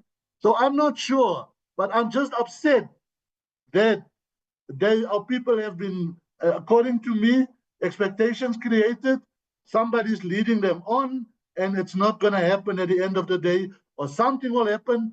They are going there, preparing themselves to come home with cars and buckies, and that is not going to happen. I can put my head on a block for that, sir, because I don't think it's in the mandate of sports, arts, and culture to give people buckies and cars, and not just people, traditional leaders or Khoi and San leaders, cars and buckies and 70 million rand a month. So I'm just, we need to somehow manage this. We cannot continue doing this and disappointing the Khoi and the San people. We've been led on for the last 30 years and the last 400 years. We need to stop this kind of thing. Thank you, Minister. Chair. Thank you very much. Thank you. Yes, thank you very much, Honorable Taibosh. Honorable Koike. Thank you, Chair. It's very important that we, on the one hand, Honorable Taibosh is trying to bring clarity and information, and on the other hand, is misleading the House. So I would like to bring clarity because, of course, the minister is referring to my political principle. And the meeting that he's referring to was an official meeting by the Department of Sports, Arts and Culture. And so commitments and dates and things made there, the department themselves has to honor that. And I don't think Honorable Taibosh is in a position to speak on the internal matters or preparation with that regard. On the issues of 70 million and Bakis, I must state for the record that the Minister of Sports, Arts and Culture has never said people are going to receive Bakis and 70 million rand in Kimberley. He never said that.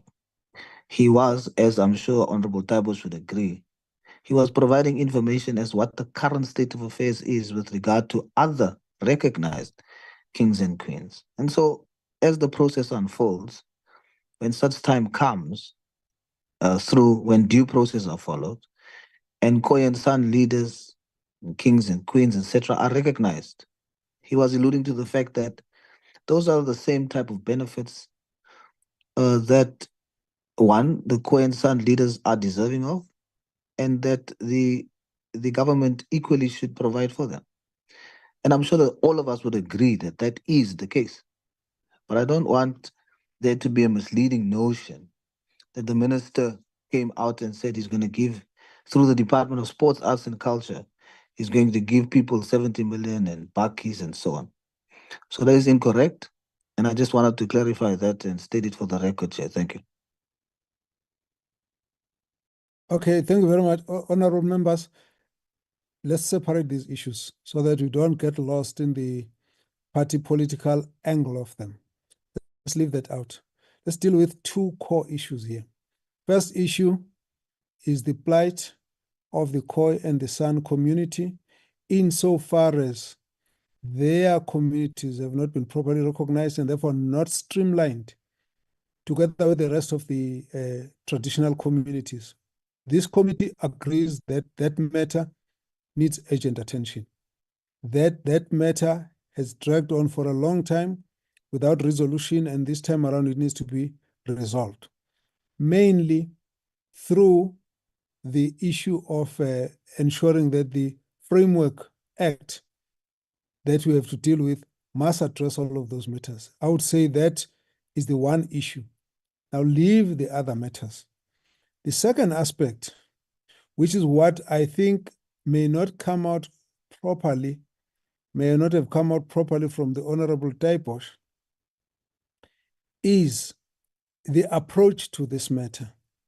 Now, you cannot have matters of traditional leadership being dealt with by two different ministers. It will be dealt with by one.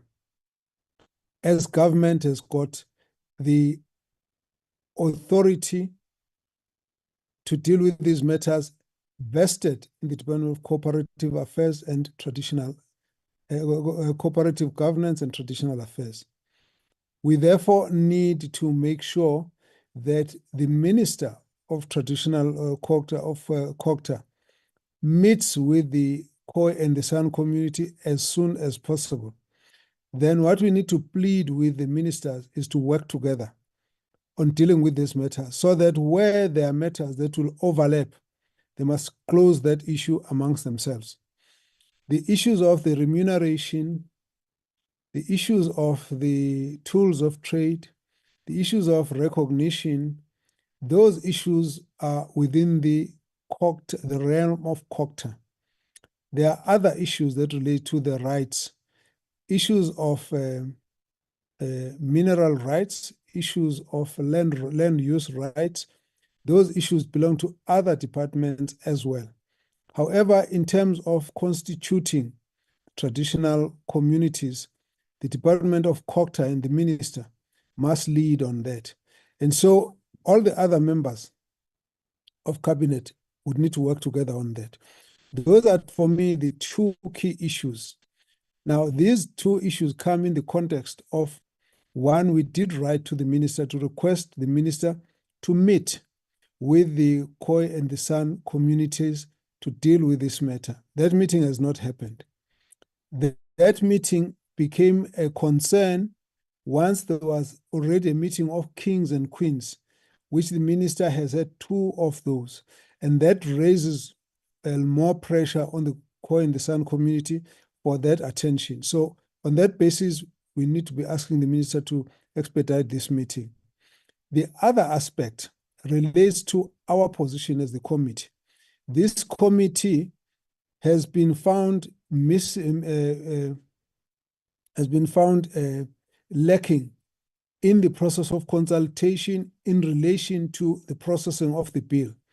Part of the reason of the processing of the bill being struck down was mainly the lack of consultation or meaningful consultation. And I did make a comment here in this meeting that we need to avoid that situation in the future by ensuring that we've got the rightful communities of the Khoi and the San consulted when we bring this bill back. On that basis, I actually requested that our team must find experts who are going to guide us in terms of how to approach the Khoi and San communities in a manner that will ensure that our consultation is not found wanting later. That's the aspect that I want us to also address. So for me, two main issues. One, ask the minister to expedite the meeting with the Khoi and San community as soon as possible. Two is to prepare the committee to be ready to consult the legitimate leadership of the Khoi and San people, so that in future our bill does not get struck down on the basis of lack of consultation of the credible leadership. Those are the two main issues that I want us to focus on. Let us not too much get carried away with anything that might sound like party political, because that's not the direction we really want to take. We want to take a direction that is a non-partisan approach to supporting the Khoi and San community. Honorable Koike and then Honorable Taiposh, and let's proceed. Thank you, Honorable Chair. I agree with the 2 points that you've made, which you need to focus on. We all agree on that. But Honorable Chair, I can't allow for there to be a misconception created around the efforts of the Minister of Sports, Arts and Culture. There is indeed some sort of overlap in terms of responsibility, but there's a clear understanding that the Ministry of COCTA is responsible for all of this. But I want the House to understand that what the intervention from the Minister of Sports, Arts and Culture is known by the Minister of COCTA. It's been agreed upon by the Minister of COCTA. And how it came about, Honorable Chair, is by discovering the same challenge that you yourself has discovered, Honorable Chair, together with Honorable Taibosh and ourselves, that the Honorable Minister of Sports, Arts and Culture was at a meeting together with the traditional house, the House of Traditional Leaders, and there was no representation of Khoi and San there. And he posed the question to them. And they said to him that the reason why there's no representation there, amongst other things, is because there's no unity and consolidation amongst the Khoi and San. And then the Minister of Sports, Arts and Culture requested a time frame of 40 days for him to intervene and try and assist in ensuring that there's consolidation and unity. And this is how this meeting came about. So I want it to be understood in that framework to say that the Minister of Sports, Arts and Culture and the intervention is to contribute to these objectives that you've just outlined, Honorable Chair. So it is not a matter of approach with one ministry not speaking to the other ministry and the Minister of Sports, Arts and Culture going in one direction and the core ministry going another. So that's not the case. There's dual understanding. And the approach is actually to assist the process of uniting and consolidating the Khoi and San communities, so that there's one language, there's representation, there's one understanding and one message. That is the attempt here. And it falls right within the mandate of the ministry in question. I just wanted to bring clarity once again on that. Thank you, Chair. Okay, I don't want us to proceed on that line. I think each one of the members can express their views on what they think, what the Minister of Sports, Arts and Culture might have been doing. I don't want us to begin to get that debate here. And I'm saying so because I think we must focus on what we have to do. We don't get lost otherwise. But the core issues for us, Khoi and San community, is a line function intervention that we need. Honorable Taiposh. Thank you, Chair. Chair, yeah, I don't want things to be taken out of context or misconstrued. I appreciate what the Minister of Sports, Arts and Culture has done. It's the first time that there was ever any minister standing up there and opening up his mouth and saying, you know, you guys are not taking care of the Khoi and San. So I appreciate that. And don't get me wrong, but I'm saying there are certain boundaries. All right, let's stick to it in what we can do in our mandate. So whilst we appreciate what Minister Gauteng McKenzie has done, I'm saying, well, thank you very, very much, Minister Gauteng McKenzie, for putting us on the map and our plight on the map. But then there are, there are certain boundaries, and we need to act responsible within those boundaries as ministers. Secondly, Chair, the thing that we are not addressing, and again, this bill, before it's going to get, eventually once accepted, knowing that, of the people that were present there, 95% of them reject this bill outright. All right. So this bill is still not going to help us. But what I'm saying is we need to go back to the table. All right. The fact that at the moment we have unrecognized traditional leaders having benefits. Okay. And no Khoi and San, unrecognized leaders having any benefits. And it's not stopping. Government, municipalities, and provinces are still inaugurating chiefs and kings and queens while the bill is suspended, are still putting people on their municipalities, on their provinces, and giving them benefits, whilst the Khoi and the San is still not benefiting, not one person from the Khoi and the San. So that inequality, it's a slap in our faces. It is, saying, you know what, we know you there, so what? You've been there for 30 years and 400 odd years, and we haven't taken note of you, so we just still continue to do what we're doing as a government. That is wrong. I appeal that must be stopped.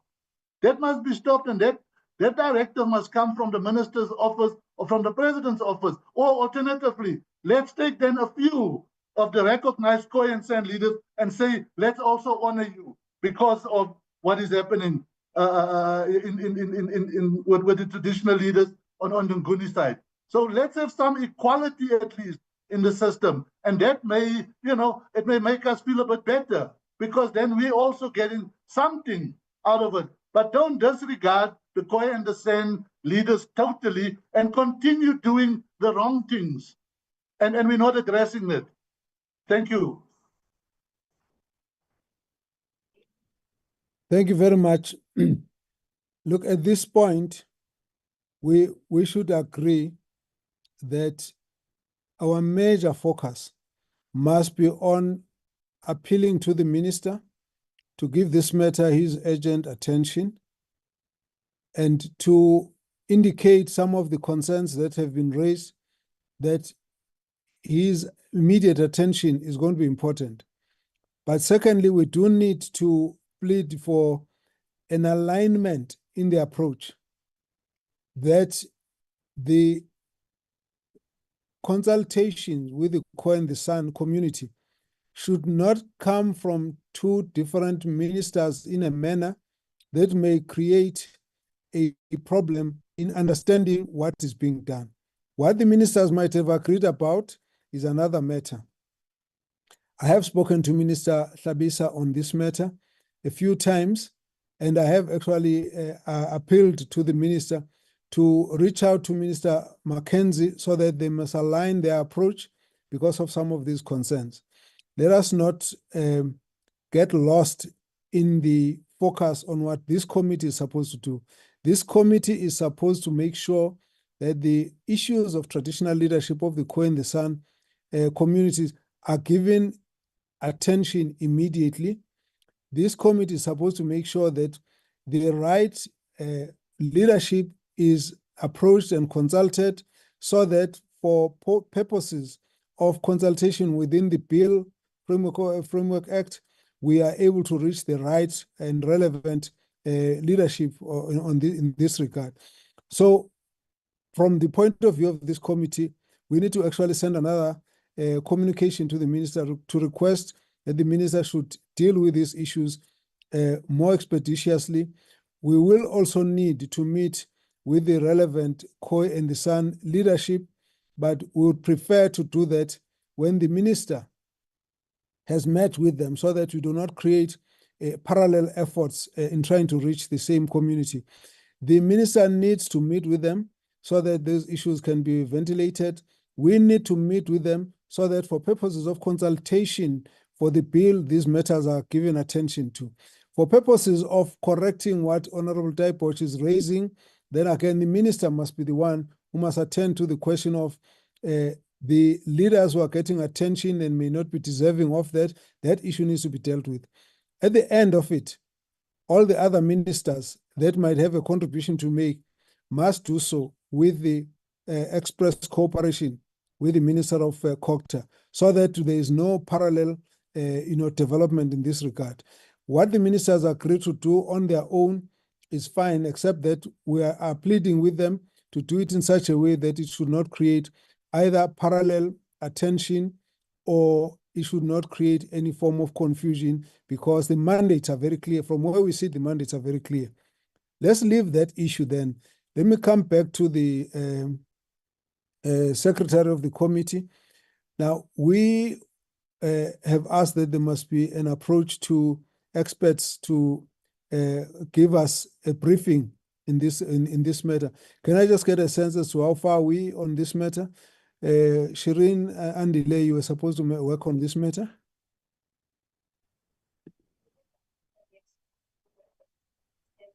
Thank you, Chairperson. Good morning to you and to the committee. Yes, the two experts have been identified and we have been in contact with them.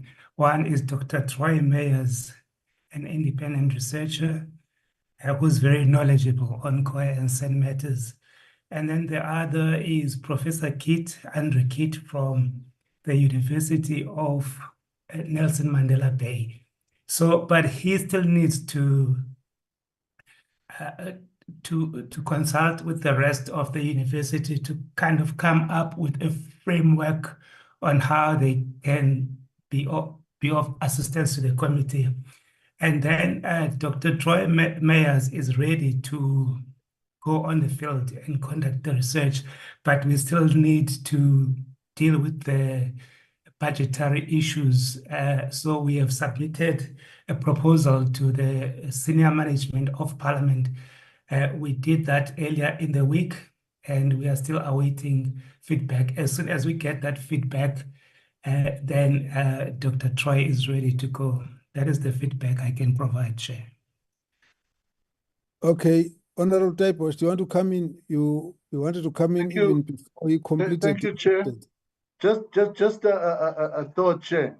Maybe it would not be such a bad idea to invite the Minister of Sports, Arts and Culture to come and tell us in this committee what is it and what is his idea, this idea that he has in doing for the Khoi and San, and see how can we align what we're talking to Minister Tlabise about and what the Minister of Sports, Arts and Culture has in mind. You know, instead of us working in three different silos, you know, we can just we can basically assist each other and commend each other in terms of getting a single strategy out there as to how we're going to address Khoi and San matters going forward. Thank you, Chair. Just an idea, I don't know. Please, let's not discuss the issue of inviting the Minister of Arts and Culture. Leave it to the chairperson to look at that. We'll come back to you on it.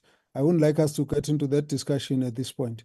Let us then say Andile has given us a progress on this matter. And so what we will do, Andile, Shireen, I would like to give you a deadline.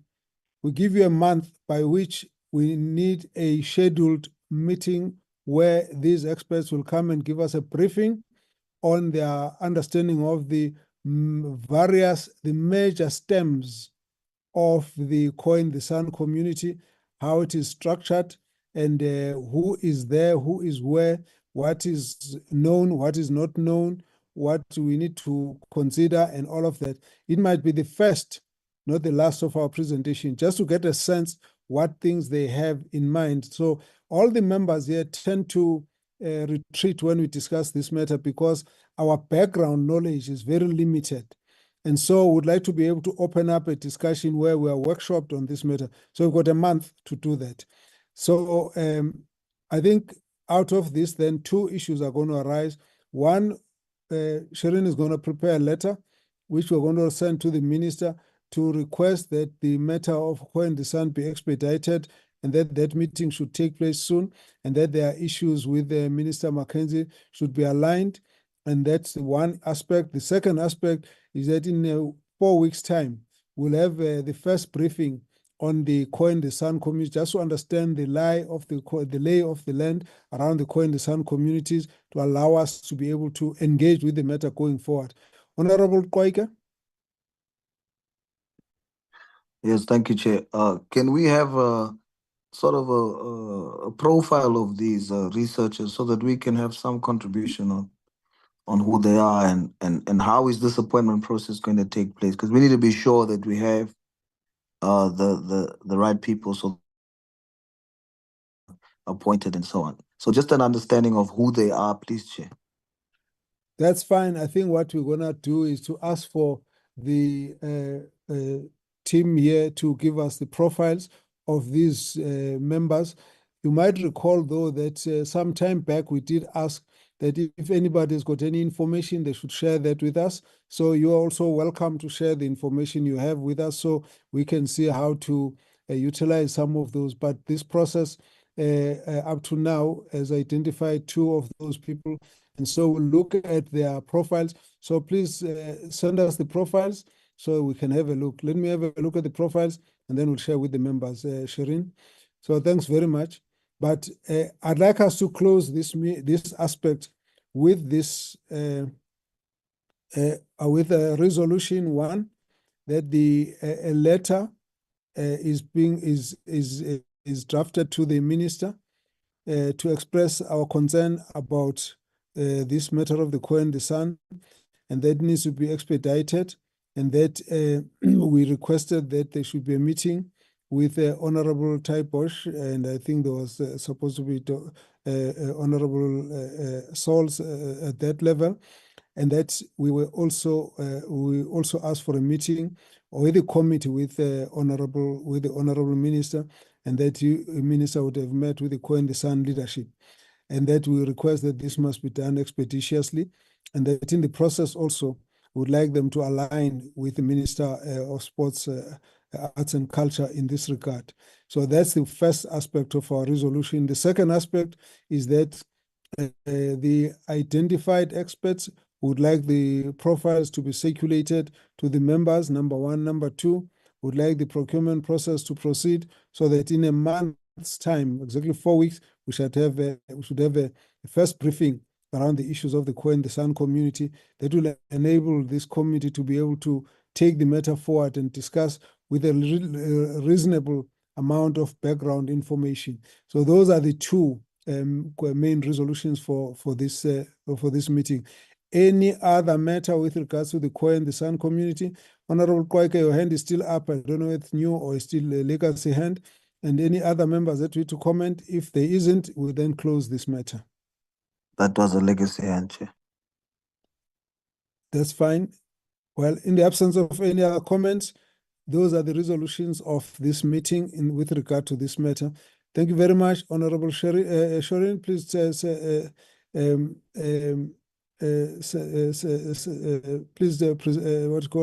show us the next item on the agenda. Right on time. We are now on the state of the municipalities. How has this matter been structured, Shireen? Just take us through.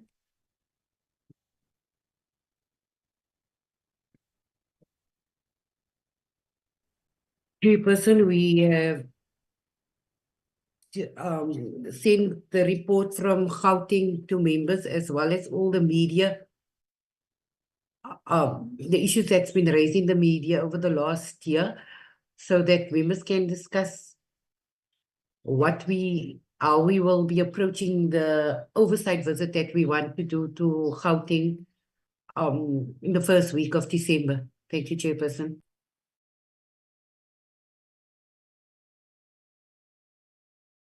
Hey, just take us through the issues that I put on the attachments here. Just walk through.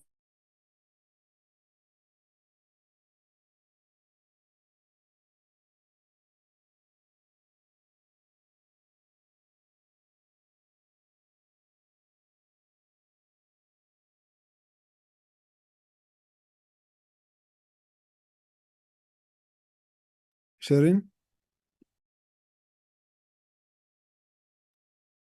Chairperson, I'm just trying to share the Gauteng report.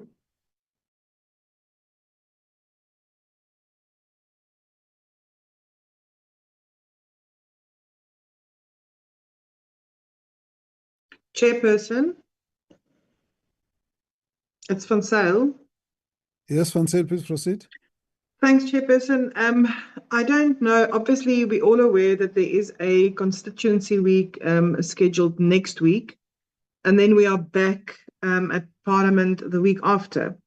But then on the programming from the programming committee on the new program from Monday, the 18th of November until Friday, the 22nd of November, we now have committee week. So I really just wanted to find out. I know Shireen just mentioned that that first week in December we will go to Gauteng, but I wanted to find out if that could not be moved maybe to our committee week as it's set out in our programming committee, in our program, or what the thinking is around this. Thank you. Just say that again. You want to know if we can move the visit to the committee week. Yes, Chairperson, or is there something else? Because obviously the program has changed quite a bit. So if I could just get some clarity on what is then set out for that committee week when we have no Parliament. Thank you. Okay, I'm not the expert on this matter. My understanding, firstly, is that the committee week has been set aside for committees to meet. That's the first thing. The second thing is that it may be very risky to schedule an oversight visit when we have a committee week for two reasons. I've noticed that the committee, the chairperson of committees, tries to make sure committees do the same thing at the same time. Part of what seems to be the problem, which I discover when we sit and talk to the chairperson and the whips, is the extent to which a committee deviates from the structured framework of the approaches set for other committees and want to do something else which disrupts other committees because other members belong to two committees, and then the member has to choose to either go to a committee meeting when he or she has got a parallel committee process that is going outside the schedule, or a member is supposed to go on an oversight visit that takes several days when is actually required in other committees, and therefore they complain that their committee is calling them to something else and they can't do this because their committee is operating outside the framework of the chair of chairs. Now, this is not the reputation we want to keep. I've already had to deal with the fact that for a long time we kept the Wednesday meetings going, and the members kept complaining that they could not be understood why they had to apologize on a meeting scheduled when their committee is doing a meeting outside the allocated times. So with that, I am personally reluctant to suggest a deviation that is not in keeping with the structured framework of the committee activities by the chair of chairs. That is my subjective view on this matter. So I'm not sure if it answers your question, but I suspect when we're supposed to go to constituencies, we're supposed to do that. Otherwise, our party whips are going to whip us badly. When we're supposed to have a committee week, every member is expected to obey the schedule of the committees as structured by the committee chair, the chairpersons chair of committees. Otherwise, the chair and the whips are going to be whipped on that matter. So I'm not sure if I understood your request. I'm not sure I've answered it. I just want the members to tell me what they think of your suggestion. Other members? Apologies, Chairperson. I'm sharing the memo that we received from the Office of the House Chairperson on the 24th of October, where it clearly states that the amendments to the parliamentary program and that the week of 18 to 20 November set aside for committee week. Then it says chairpersons are thus further advised committee programs for the committee week, especially for committees processing legislation, could be amended to utilize the opportunity. It should be noted that this week is not for oversight visits. So that is what came from the House Chairperson's office. Thanks, Chairperson. Yes, that's the point I'm trying to make, that it may be very tricky for us to request a deviation. In any case, we will not do it outside the deviation. I'm asking the members to comment on the suggestion by Van Zyl.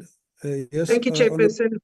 Sorry, Chairperson, I just saw that we were not privy to that letter from the Chair of Chairpersons.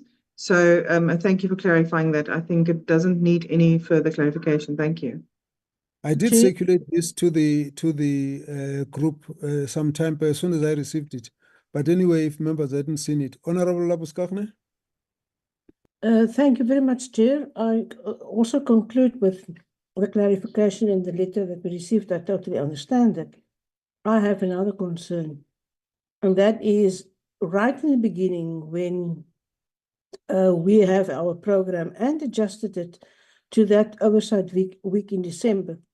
It was indicated on the Parliament's program for a visit weeks for committees. If you look at the new program now, there are plenaries in the program for the Tuesday, and I think the Wednesday as well. So I'm not so sure if our planning for that first week in December for oversight week is still valid. I think we need some clarification on that, maybe from the chair. Thank you.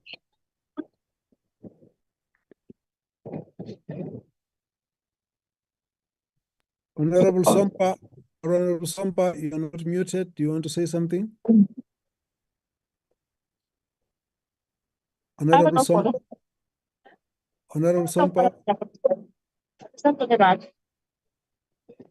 We can't hear you, Honorable Sompa.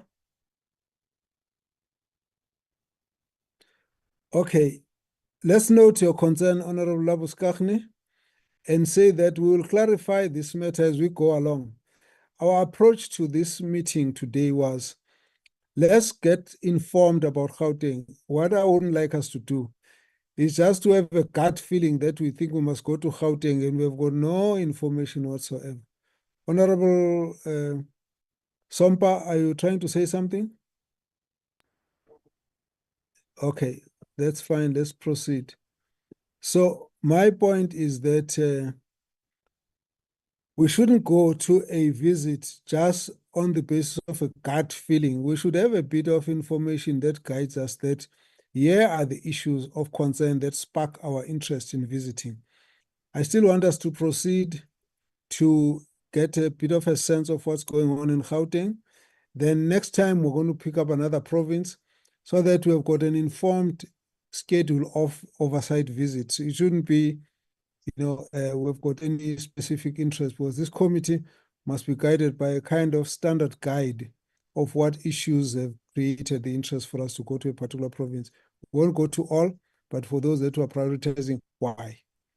I think we answered that question to ourselves. Okay, let's proceed. Honorable Taibosh, I see your hand is up. Thank you, Chair. I support what you just said. I also want to just propose, Chair, that we've received the report. We obviously didn't have enough time to fully go through it. I suggest that we give ourselves sufficient time to go through this report and wrap our minds around the issues that are listed there, and that we can identify, and then we have a discussion on this report at one of our later meetings. I don't know if that is okay with you, Chair. Yes, Honorable Taibosh, it's still not 1 o'clock yet, so we can still wrap our minds around it. Let's proceed. It's fine. It's fine, Shireen, Chair. Shireen, please, let's take us through what do you have. Let's have a look at that. Once we're in the middle of it, then we know what time we still need to deal with it. But let's see, take us through. Let's see, Shireen, you were already sharing something.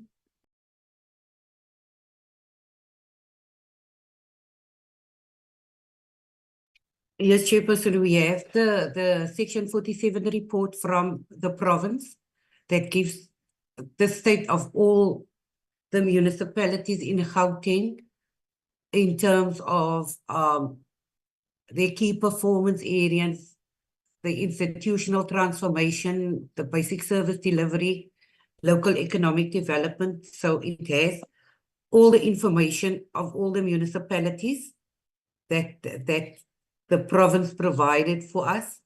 We also receive information from the Auditor General's office. We just stop that one. Also on the audit outcomes of the municipalities in Gauteng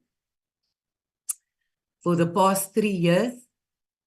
They put that together for us. And then we also, from our media people, we received all media reports on municipalities in Gauteng that we also shared with members. So we have that 3, let me just, and on the media one, you can click on the link that was sent and then it will take you to the article that was raised on this specific issue. So that is the information that we provided to members to look at the municipalities in Gauteng so that we can identify which municipalities we will be visiting. And then also on the 19th of November, we also scheduled a meeting with Merafong municipality to discuss the state of that municipality. Thank you, Chair. Okay, let's get all the members commenting. Honorable Lapuskachne, do you want to comment on this and what approach you say we're having? Chair, yes, the first general comment that I want to make is I do have a bit of a concern when I've read through the report. That was when we received it, and then look at the AG's report, and then look at what we receive as public reps from the various people and residents. There's a little bit of a disjuncture to me between what has been said in the report, those 6 pillars that report assesses that we get from the province. If we look at the service delivery in each of those 6 in each of those pillars for the municipalities, it's sort of if we don't know anything else, you wouldn't be worried about any of the service delivery in Gauteng, because it actually says it's fine. They said this is concerns, this is that, something will be addressed, but the real nitty-gritty of how bad it is, how residents experience that, and things that the province might not even know, then that is one of the biggest concerns, because we already seen some of the information that we have, and I do agree with you that we need some information before we can go on oversight. We cannot just go on a whim. So therefore, based on that, I would suggest that we look at the municipalities. We've already kind of decided where we want to go, but also have a good look at what are the sort of the priority municipalities according to all the information that we have, and decide then on the oversight visit and also which municipalities we need to bring before the committee if we can't visit them. Thank you. Not so fast. We've already got 3 municipalities proposed, if not 4. Do you want us to amend that? Honorable Labuskapu? Chair, no, at the moment, no. With the fact that we are going to include Merafong on the 19th of November, we've identified that we're going to Tshwane, City of Johannesburg. I can't from the top of my head remember now the rest. Mogale, yeah. If we make it was Tshwane, City of Johannesburg, Merafong, and possibly Mfuleni. But you can. This is a brainstorming session, so we've got nothing cast in stone. That's fine. Okay, I'm fine with those that you've just mentioned now. Honorable Mapena. Thank you very much, Chairperson. I think you've partly addressed it. Sincere apologies. I made the lounge, I made the report. It might be a bit, of noise in the background. Can we possibly elevate Mfuleni from being possibly Mfuleni for it to being definitive that we might edit? Because you remember the various presentations of the department, they have cited a number of issues there, but I think in the previous committee meetings as well, I think Honorable Direko did say that in the previous parliament, they did undertake some visits to the municipality, but seemingly there hasn't been much improvement. But I think also on the midterm policy budget statement of the minister, he also did make mention that there were some bit of positives from Mfuleni side. But one thing that also remains a concern for me is that in terms of some of their statutory obligations and duties, like the provision of water and everything else, and their accounts still being attached, Rand Water has stepped in to provide direct services to the residents in terms of that. So I'm not sure if maybe we can elevate that, Chair. Thank you. Let's note that Honorable Van Zyl, we're going to go through all the members, but Honorable Van Zyl, your hand is up. Thank you, Chairperson. Yeah, I think my other colleagues have also, touched on the municipalities and the reasons, but I'd like to go a step further because I think we need a little bit more coordination when we do go to these areas. And I have a funny feeling that, the entities don't always sit around the same table. So if I can propose that if we do go, I mean, obviously the portfolio committee in Gauteng for cocktail will be available and ready to meet with us. But I'd like National Treasury maybe also as Provincial Treasury, Eskom and Rand Water to be included somewhere, because I'm fearing that the municipalities never get to actually sit around one table so that we can sort of see what goes on. I think that would be vital. Thank you. Thank you very much. We'll note that. Then Honorable Direko.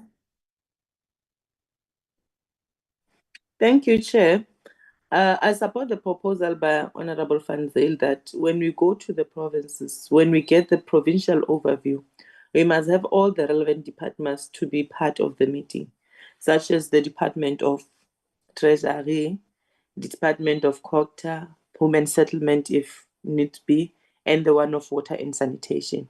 And I will also propose that for us, in order to save time, maybe in our next portfolio committee meeting, before we can even undergo the oversight visit, we invite all those relevant municipalities to come and present, so that when we go to those municipalities, we just spend less time with the municipality, then we go to the project and we went to the community where we'll be able to also get the other side of the stakeholders. Thank you, Chair.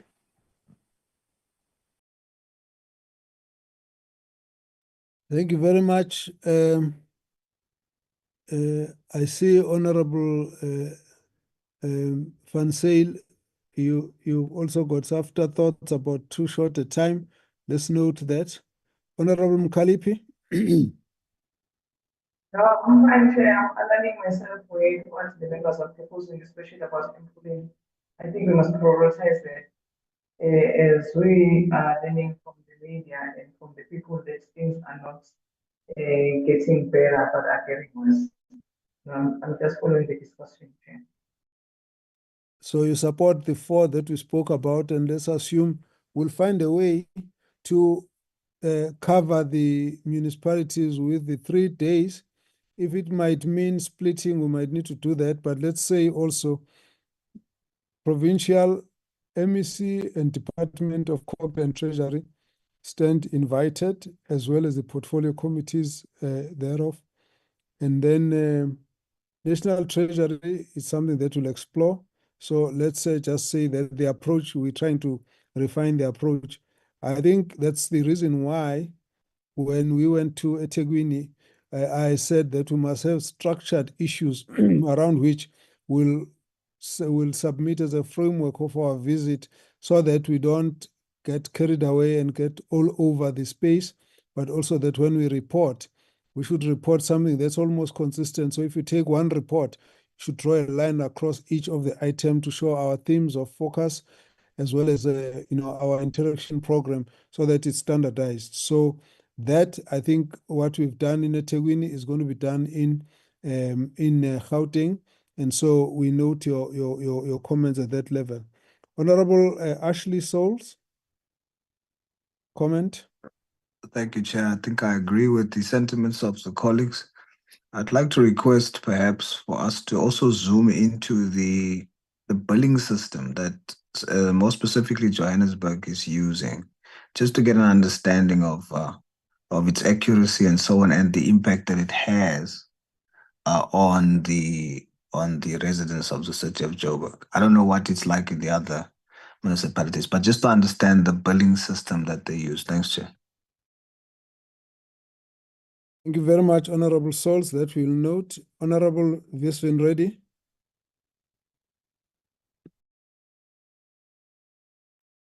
Have you gone to the rally already? I'm covered, Chair. I'm covered. Thank you. Gee, my goodness, that's big. You We covered. must have a celebration now. I think we need a Diwali celebration for that. All right, then Honorable Ndamasa.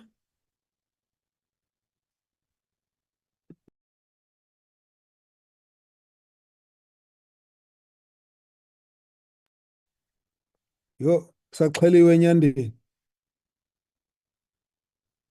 Honorable Sompa.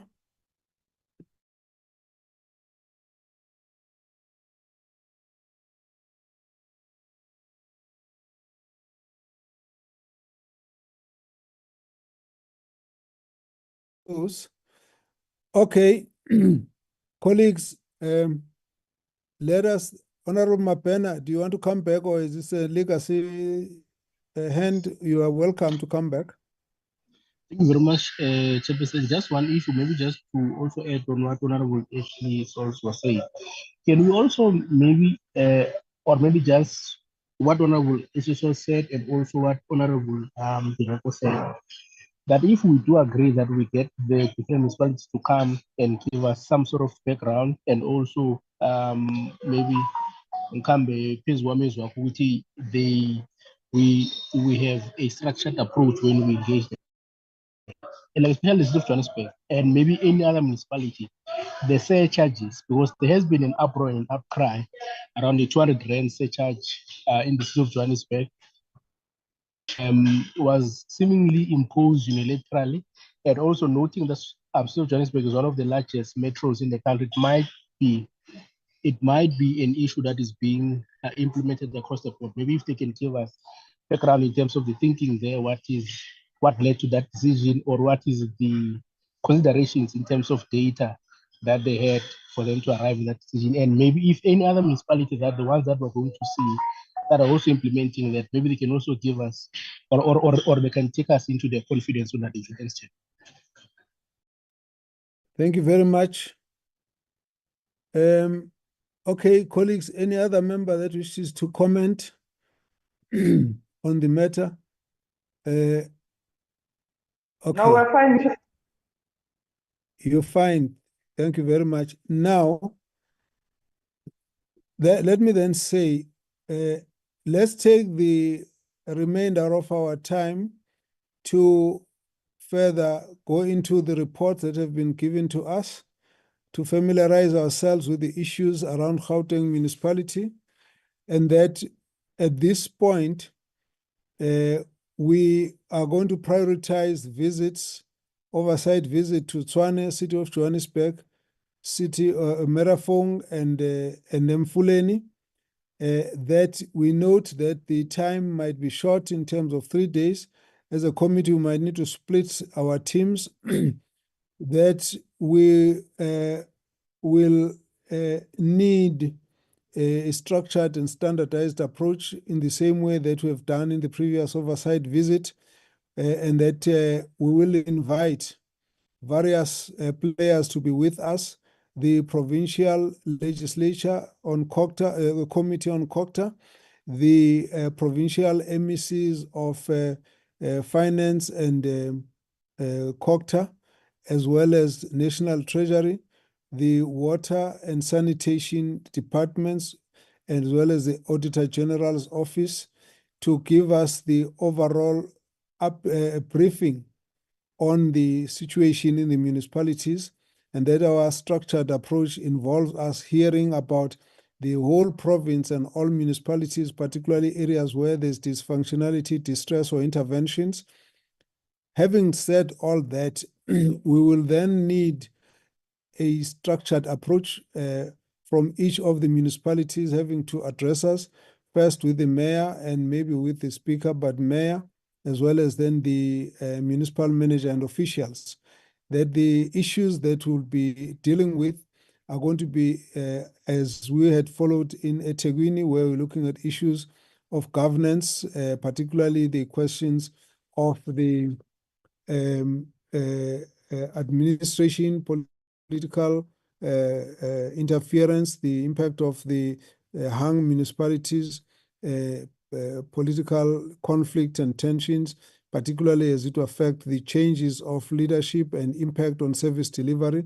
Then we deal with the issues of administration, largely looking at the structure of the municipality, the filling of posts, the financial administration, issues of revenue, issues of management of expenditure, and issues of debts with ESCOM and other water boards, and issues that relate to the various concerns that affect the community. The issue of billing here, it has been raised that we need to raise the issue of billing to the community so that we understand how it's affecting. We've seen the high bills in various other municipalities. Then we have to look into other issues that relate to local economic development, fighting unemployment, issues of community worker program, issues of local economic development, and the various other issues that might be affecting the community.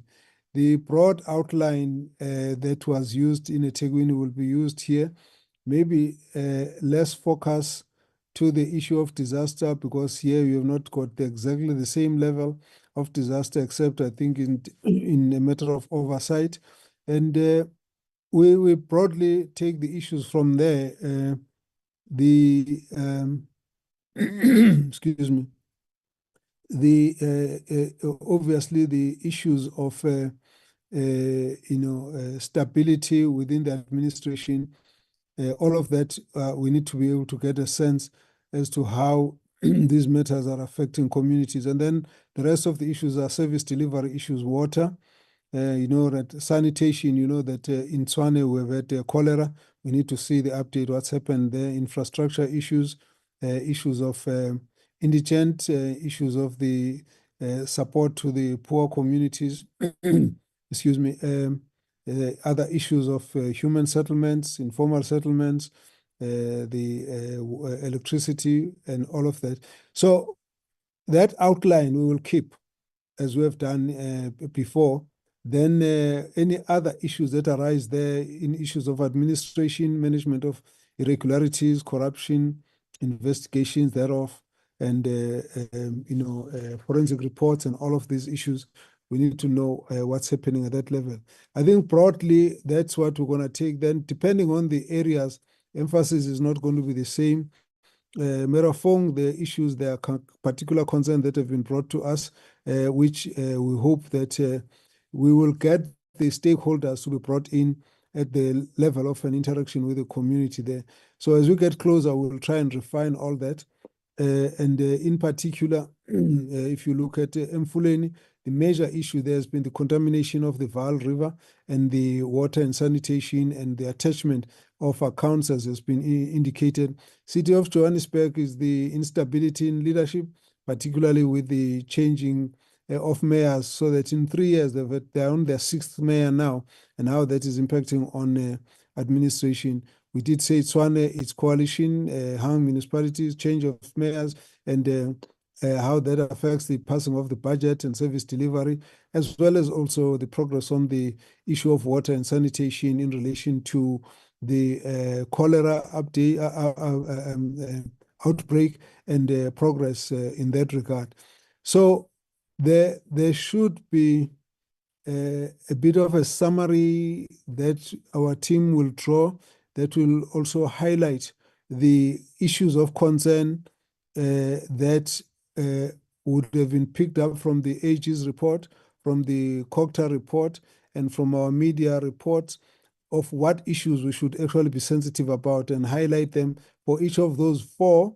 And of course, that must help us as a kind of guide as we go through the particular municipalities. But in the meantime, we're going to be using the time to look through all this information that has been provided to us, go through that, discuss it, ask questions, whatever, but prepare for the visit.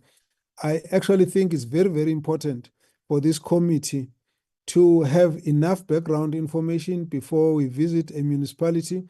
I think it's important for us to be familiar with the issues, prepare our questions, prepare our areas of focus before we go into the meeting with the particular municipality that we visit, and that all of this we need to be focused. Our visit to KwaZulu-Natal, I would say, from the point of view of the committee, we did as much as we could to remain a focused committee, and I want to commend the members for that, a united committee. And I think it's important for us to go there and be a team of parliamentarians who are here about the interests of our people.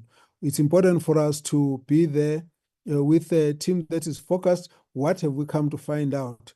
And it must be standard and structured and comparable to what we've been doing in the others. Otherwise, it shouldn't be so random and ad hoc that people don't know what we're all about. It would not be a good reflection to the committee that keeps, get pulled this way and that way on issues that they're not predetermined themselves. So it's us who are visiting. It's us who want to know what we want to get. There must be something in our framework of oversight that guides us so we know what we need and why we are there, and then share amongst ourselves the responsibility of holding everyone to be accountable. So that for me gives us a good sense of guide in this regard. What has not been determined is the exact date of the visit. Because we haven't got we've got this particular change, we'll work on that and come back to the committee and indicate when we will be visiting the particular municipalities. But that is Gauteng is confirmed that we will be, the framework of our visit is now clear. The issues that are underlying, it's now clear. And therefore, all we need is just to get the date and then we move over there. The request to have this matter done at a different level, I think we will be guided by the schedule that's been given by the chairperson, the House chairperson, so that we are able to align with everybody. Then members don't have to choose between 1 or 2 committees at a point when we should be very clear. We're doing exactly the same thing that everyone else amongst the committees are doing. So with that, I'd like us to round this matter up towards a closure. Is there anything outstanding in this regard, Honorable Taibosh?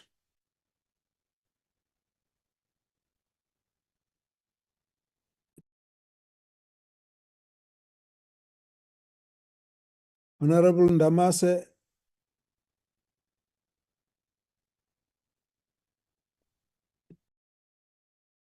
Honorable Sompa. Honorable Koike. Honorable Chair, I've been asking since we received the agenda for clarity on the constituency matters. Is it in this item or are we closing in totality? Do you have a particular matter you want to raise? I'll tell you why. We have a bit of time. So do you want to bring in a particular matter? Yes, Chair, you asked us to send the information around the constituency matters. I did send it. The matter of the Crystal Church in Johannesburg that the municipality has cut their supply of water and electricity based on an inflated bill that they cannot justify. There's been engagements with them. They would make a commitment to the church, but then would instead victimize the church by sending metro police or law enforcement police there. The pastor would be manhandled, etc. But the information that we provided there just outlines the actual technical dispute or problems there. But at this point, over the years, the church has tried to find some sort of amicable solution, but it's not forthcoming. Thus, the call for intervention from our side. So I've provided that information, and that's the reason why I wanted us to look into it and see how we can assist. Okay, thank you very much. Now, this is how I think we can try and manage all these issues. The issue of Merafong arose because somebody wrote a similar direct complaint, and therefore we have put it in there. So the details of some of the issues raised by the community will form part of our interaction with the municipality of Merafong. Insofar as the city of Johannesburg, I would suggest that issues of that nature must then be amongst the matters that the member will table in our interaction with the Johannesburg, city of Johannesburg, when we interact. So hold it for that moment when we get there. We will raise it as now amongst the issues that the committee members will raise. It may not be the only one. There may be, by that time, more issues that would have come to our attention that we will raise on the spot and actually ask for their intervention, and in that process make it clear that it's a matter that has been referred to our committee, and our committee is therefore taking responsibility of asking the municipality to give us a response as to why that situation is arising. So it's a right time to raise it, but we will actually table it in our interaction with the city of Johannesburg. So keep it in amongst the list of issues that you'll raise on that spot. If that's satisfied, yes, please continue. Noted, Chair. I'm satisfied with that. Yeah, there will be other matters that the members will be made aware of that will table on the spot, and therefore you must feel free to say we won't just generalize about water and sanitation. We will also be specific about the complaints that have been brought to our attention. So that's the right time to bring it. Any other matters? Any other comments, honorable members? Covered, Chair. Covered, thank you. I've given the approach, therefore, on how we're going to approach this matter. So we're going to request that we find the right dates. In the meantime, the secretary is going to draft the letters to all the relevant stakeholders. And then our team is going to provide the summary of our approach to Gauteng long before we get there, so that the members are all guided. And then in particular, there will be a summary of each of these issues, which will be relevant as we write to the particular municipality, what other issues are specific to them that we are interested in dealing with. Having said so, then I want to suggest that we close the issue of the visit to Gauteng pending the date, and after that, we'll obviously be sharing about the details thereof. Can we then move on from the issue of Gauteng, oversight visit to Gauteng? It shall happen. Any other comments? Yes, any other comments on that? Can we agree? And then show us the, thank you. Thank you very much, members. Please show us the agenda.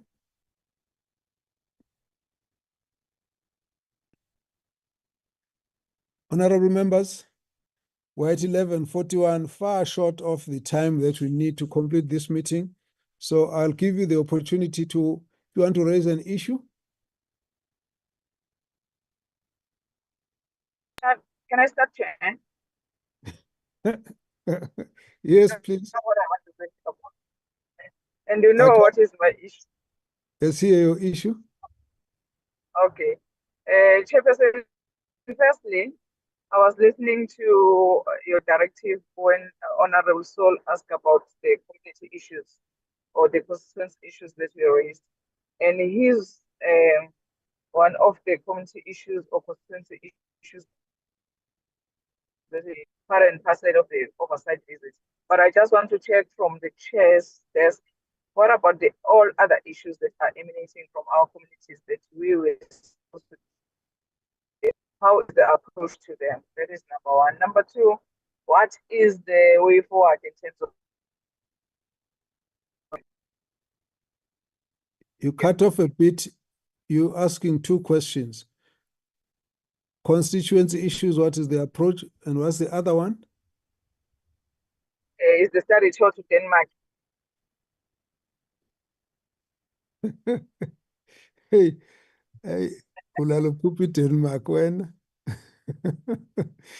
All right. The issue of the study tour, you were supposed to concretely support that. We last discussed this matter by agreeing that we will take an overseas trip on the study tour. So the members are free to confirm which country, but we did last time agree that in relation to managing our approach to coalition governments, we will take a study tour to go to some of the countries that were mentioned as part of the examples where there is stability in this regard. Now, at a level of the submission, that is why subsequently I sent the members a paper that I said had come from the reference by SALGA.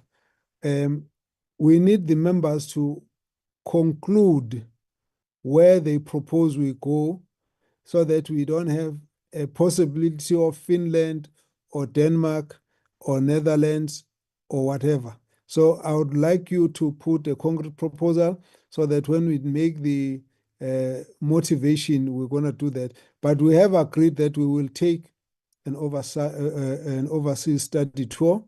We have agreed that it's going to be in line with what was last discussed in the 6th Parliament in relation to our lessons with regard to the issue of coalitions. We have also agreed that we want to use the debate, the last debate, to already open our minds in relation to the coalition issues so that we are able to learn whilst before, during, or after the bill would have been tabled to us. Then we've got a better sense of what the issues are that we'd like to incorporate as we look at the bill ourselves. So what I would like the members to do is to move to propose which of these countries, and then we can close the matter with that. Then the motivation will be prepared and we go. So that is where we deal with with the study tour. But when we focus on that, I'd like the members not to bring all the other issues. Let's just deal with one issue. Where to? Because the members, despite my guide last time, kind of wanted to wander into the freedom of expression, discuss the whole manner of issues, but we want to focus on one specific issue. Which country? So you can deal with that. Then with regard to the issues of constituency matters, you will notice that a few of some of the issues that we raised earlier, particularly the issue of the Khoi and San, came from the constituency matters. The other issues that related to, in fact, partly the issue of the issue of the briefing on the meters also would have been amongst those, although by the time we dealt with it, we had gone far in terms of where it is. If you look at the issue of Richards Bay minerals, it was a constituency matter that we actually developed into a full agenda item. Then in the last meeting, I had a list of constituency matters that I said must be noted, because as we note them, I said we must note them, and let's look at which ones we need to elevate into actions that need to be taken by the committee. So we will keep that list always. I think I want to propose that for every meeting, particularly the Friday meetings, we should always attach the list of issues, constituency matters, attach it so that members can always have a look at them. Those are matters that you will reach to when we've got enough time, but where we've got matters lifted and processed, they will come into the agenda themselves. But if not, we can raise the issue when we've got time like now, and to say, look, there's such an issue, how can we deal with it? And then we can move it on. Some of them will be incorporated in the program, like the one on the church in city of Johannesburg, therefore it will be incorporated in this way. So there'll always be different ways of how we attend to these matters, but let's keep the list on so that members can always lift the one they think needs to be given attention to. We mustn't lose the issues that are coming from the constituency. That's how far I can take it. Can I guide the members? Let's go back to the question raised by Honorable Mkhalipi. Where do we take the trip? And I only want to work on the proposal. Now, assume that you are making a concrete proposal by saying Denmark. If you want to repeat that proposal, you are free to do that. I want to see if the other members want to support that or second that. Honorable Van Zyl. Thank you, Chairperson. On our side, we can definitely support Denmark. We know they have quite a complex coalition government on local government level there as well. Thank you. That's fine. For now, it's enough to have one person supporting. I want to know if there's a counter proposal. Counter proposal. Not a counter proposal, Chair, but as a last minute, I'm not sure if I'm allowed to support Denmark as well, because I'm just electing. I think it's a good country to visit in terms of we can see their framework in terms of how they structure coalitions, and then also in terms of the threshold of coalitions within the from the after the elections, which parties can participate in the formation of government and which percentages do they adopt, and is it different at national? Is it the same? Like, how is the method? Is it the same from national, province, and local? So I think it will be a good oversight for benchmarking purposes, looking at the future of our country. But I'm not sure if it's like That's fine. You supporting Denmark. We are fine with supporting Denmark. I want to know if anyone has got a different proposal. In the absence of that, I'll go 1, going 2, going 3, closed. And the matter is we're going to deal with Denmark. And may I ask Secretary and the research team to give us a profile of Denmark coalition governments and submit that for us for consideration in preparation, and then move from that to say the Secretary will prepare the request for the motivation for the overseas travel so that we can send that to the chairperson of the chairperson's office. And therefore, we will then update in our next visit. We need to update the members where we are in relation to the overseas trip. Can you close it at that? And then move to the next aspect. Honorable Mkhalipi asked about the matters from the constituency. I have made a concrete proposal as to how we deal with that. Do you have any comment, any other counter suggestion, honorable members?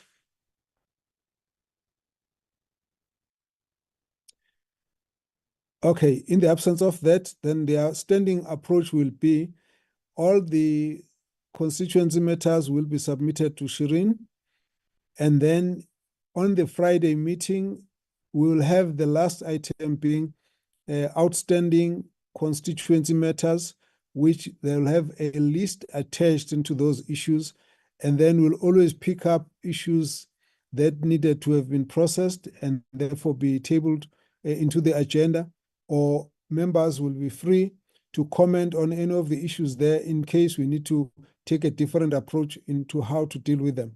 That should keep them always within sight of the committee on the one hand. On the other hand, we will also need to try and make sure that issues get processed before they get onto the committee agenda, so that we don't waffle when we get to deal with the issue, but at the same time we don't lose sight of the issues that have been raised. But the members must always feel free to pick the issue, to say that issue needs urgent attention, and we can then elevate it as the committee decides. Any other comments? You've got. We're now trying to close this meeting. Any other matter that needs to be raised, honorable members?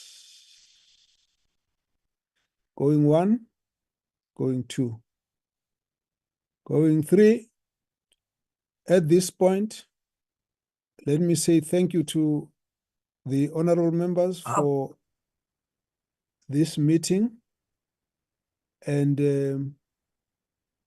Shireen, do you have an issue there? Apologies, Chairperson. Yes, I just wanted to remind members. So next week we won't have a meeting because it's constituency week. The following week there is a sitting on the Tuesday. At 16 days, there's a debate at 10 o'clock. The 16 days of activism debate. So I'm not sure that debate starts at 10 o'clock from 10 until 12.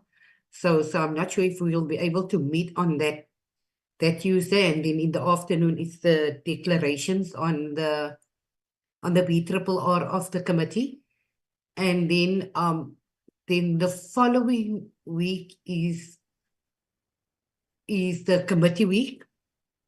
That members agree to that we'll have a virtual meeting with the MERA form. Yeah, Chairperson, I just wanted to just the program outline for the next 3 weeks. Thank you, Chair. Thank you very much. Can I also request that on your agenda, let's have structured things. Firstly, at the end, we must have a notice of the next meeting. And then the last one should be announcements, which you will take, which will deal with so that you never forget. So let's have it structured and as a standard thing. So for every meeting, you must have a notice of the next meeting, and then you must also have announcement. Then it will always be easy. So as we close, we must have all of that. But thank you very much for the information. Honorable members, this looks like we're reaching the end of our meeting. We just 6 minutes before 12 o'clock. And so I want to thank you for your time, for your participation, for your comments, for everything. Also want to thank the departments that have given us some presentations. Let me thank the team, the committee secretary and the team for all the preparations. At this point, our meeting is adjourned. Have a lovely weekend and best wishes to you all. We will all be having a constituency week. Please enjoy your constituency week. And then we'll come back after that, fully rejuvenated and ready to take the struggle forward. Thank you very much. Please show your faces as you say bye-bye, and let's close this meeting at this point. The meeting is adjourned. Thank you very much. Thank you, Chair. Thank you, Honorable Mkhaliphi. Thank you. Bye. Bye. Thank you, Labuskaghni. Thank you, Chair. Bye-bye. Thank you, Chair. Thank you, Honorable Naibosh. Thank you very much, Honorable Sompa. Thank you very much, Honorable Sompa. Thank you. Meeting adjourned.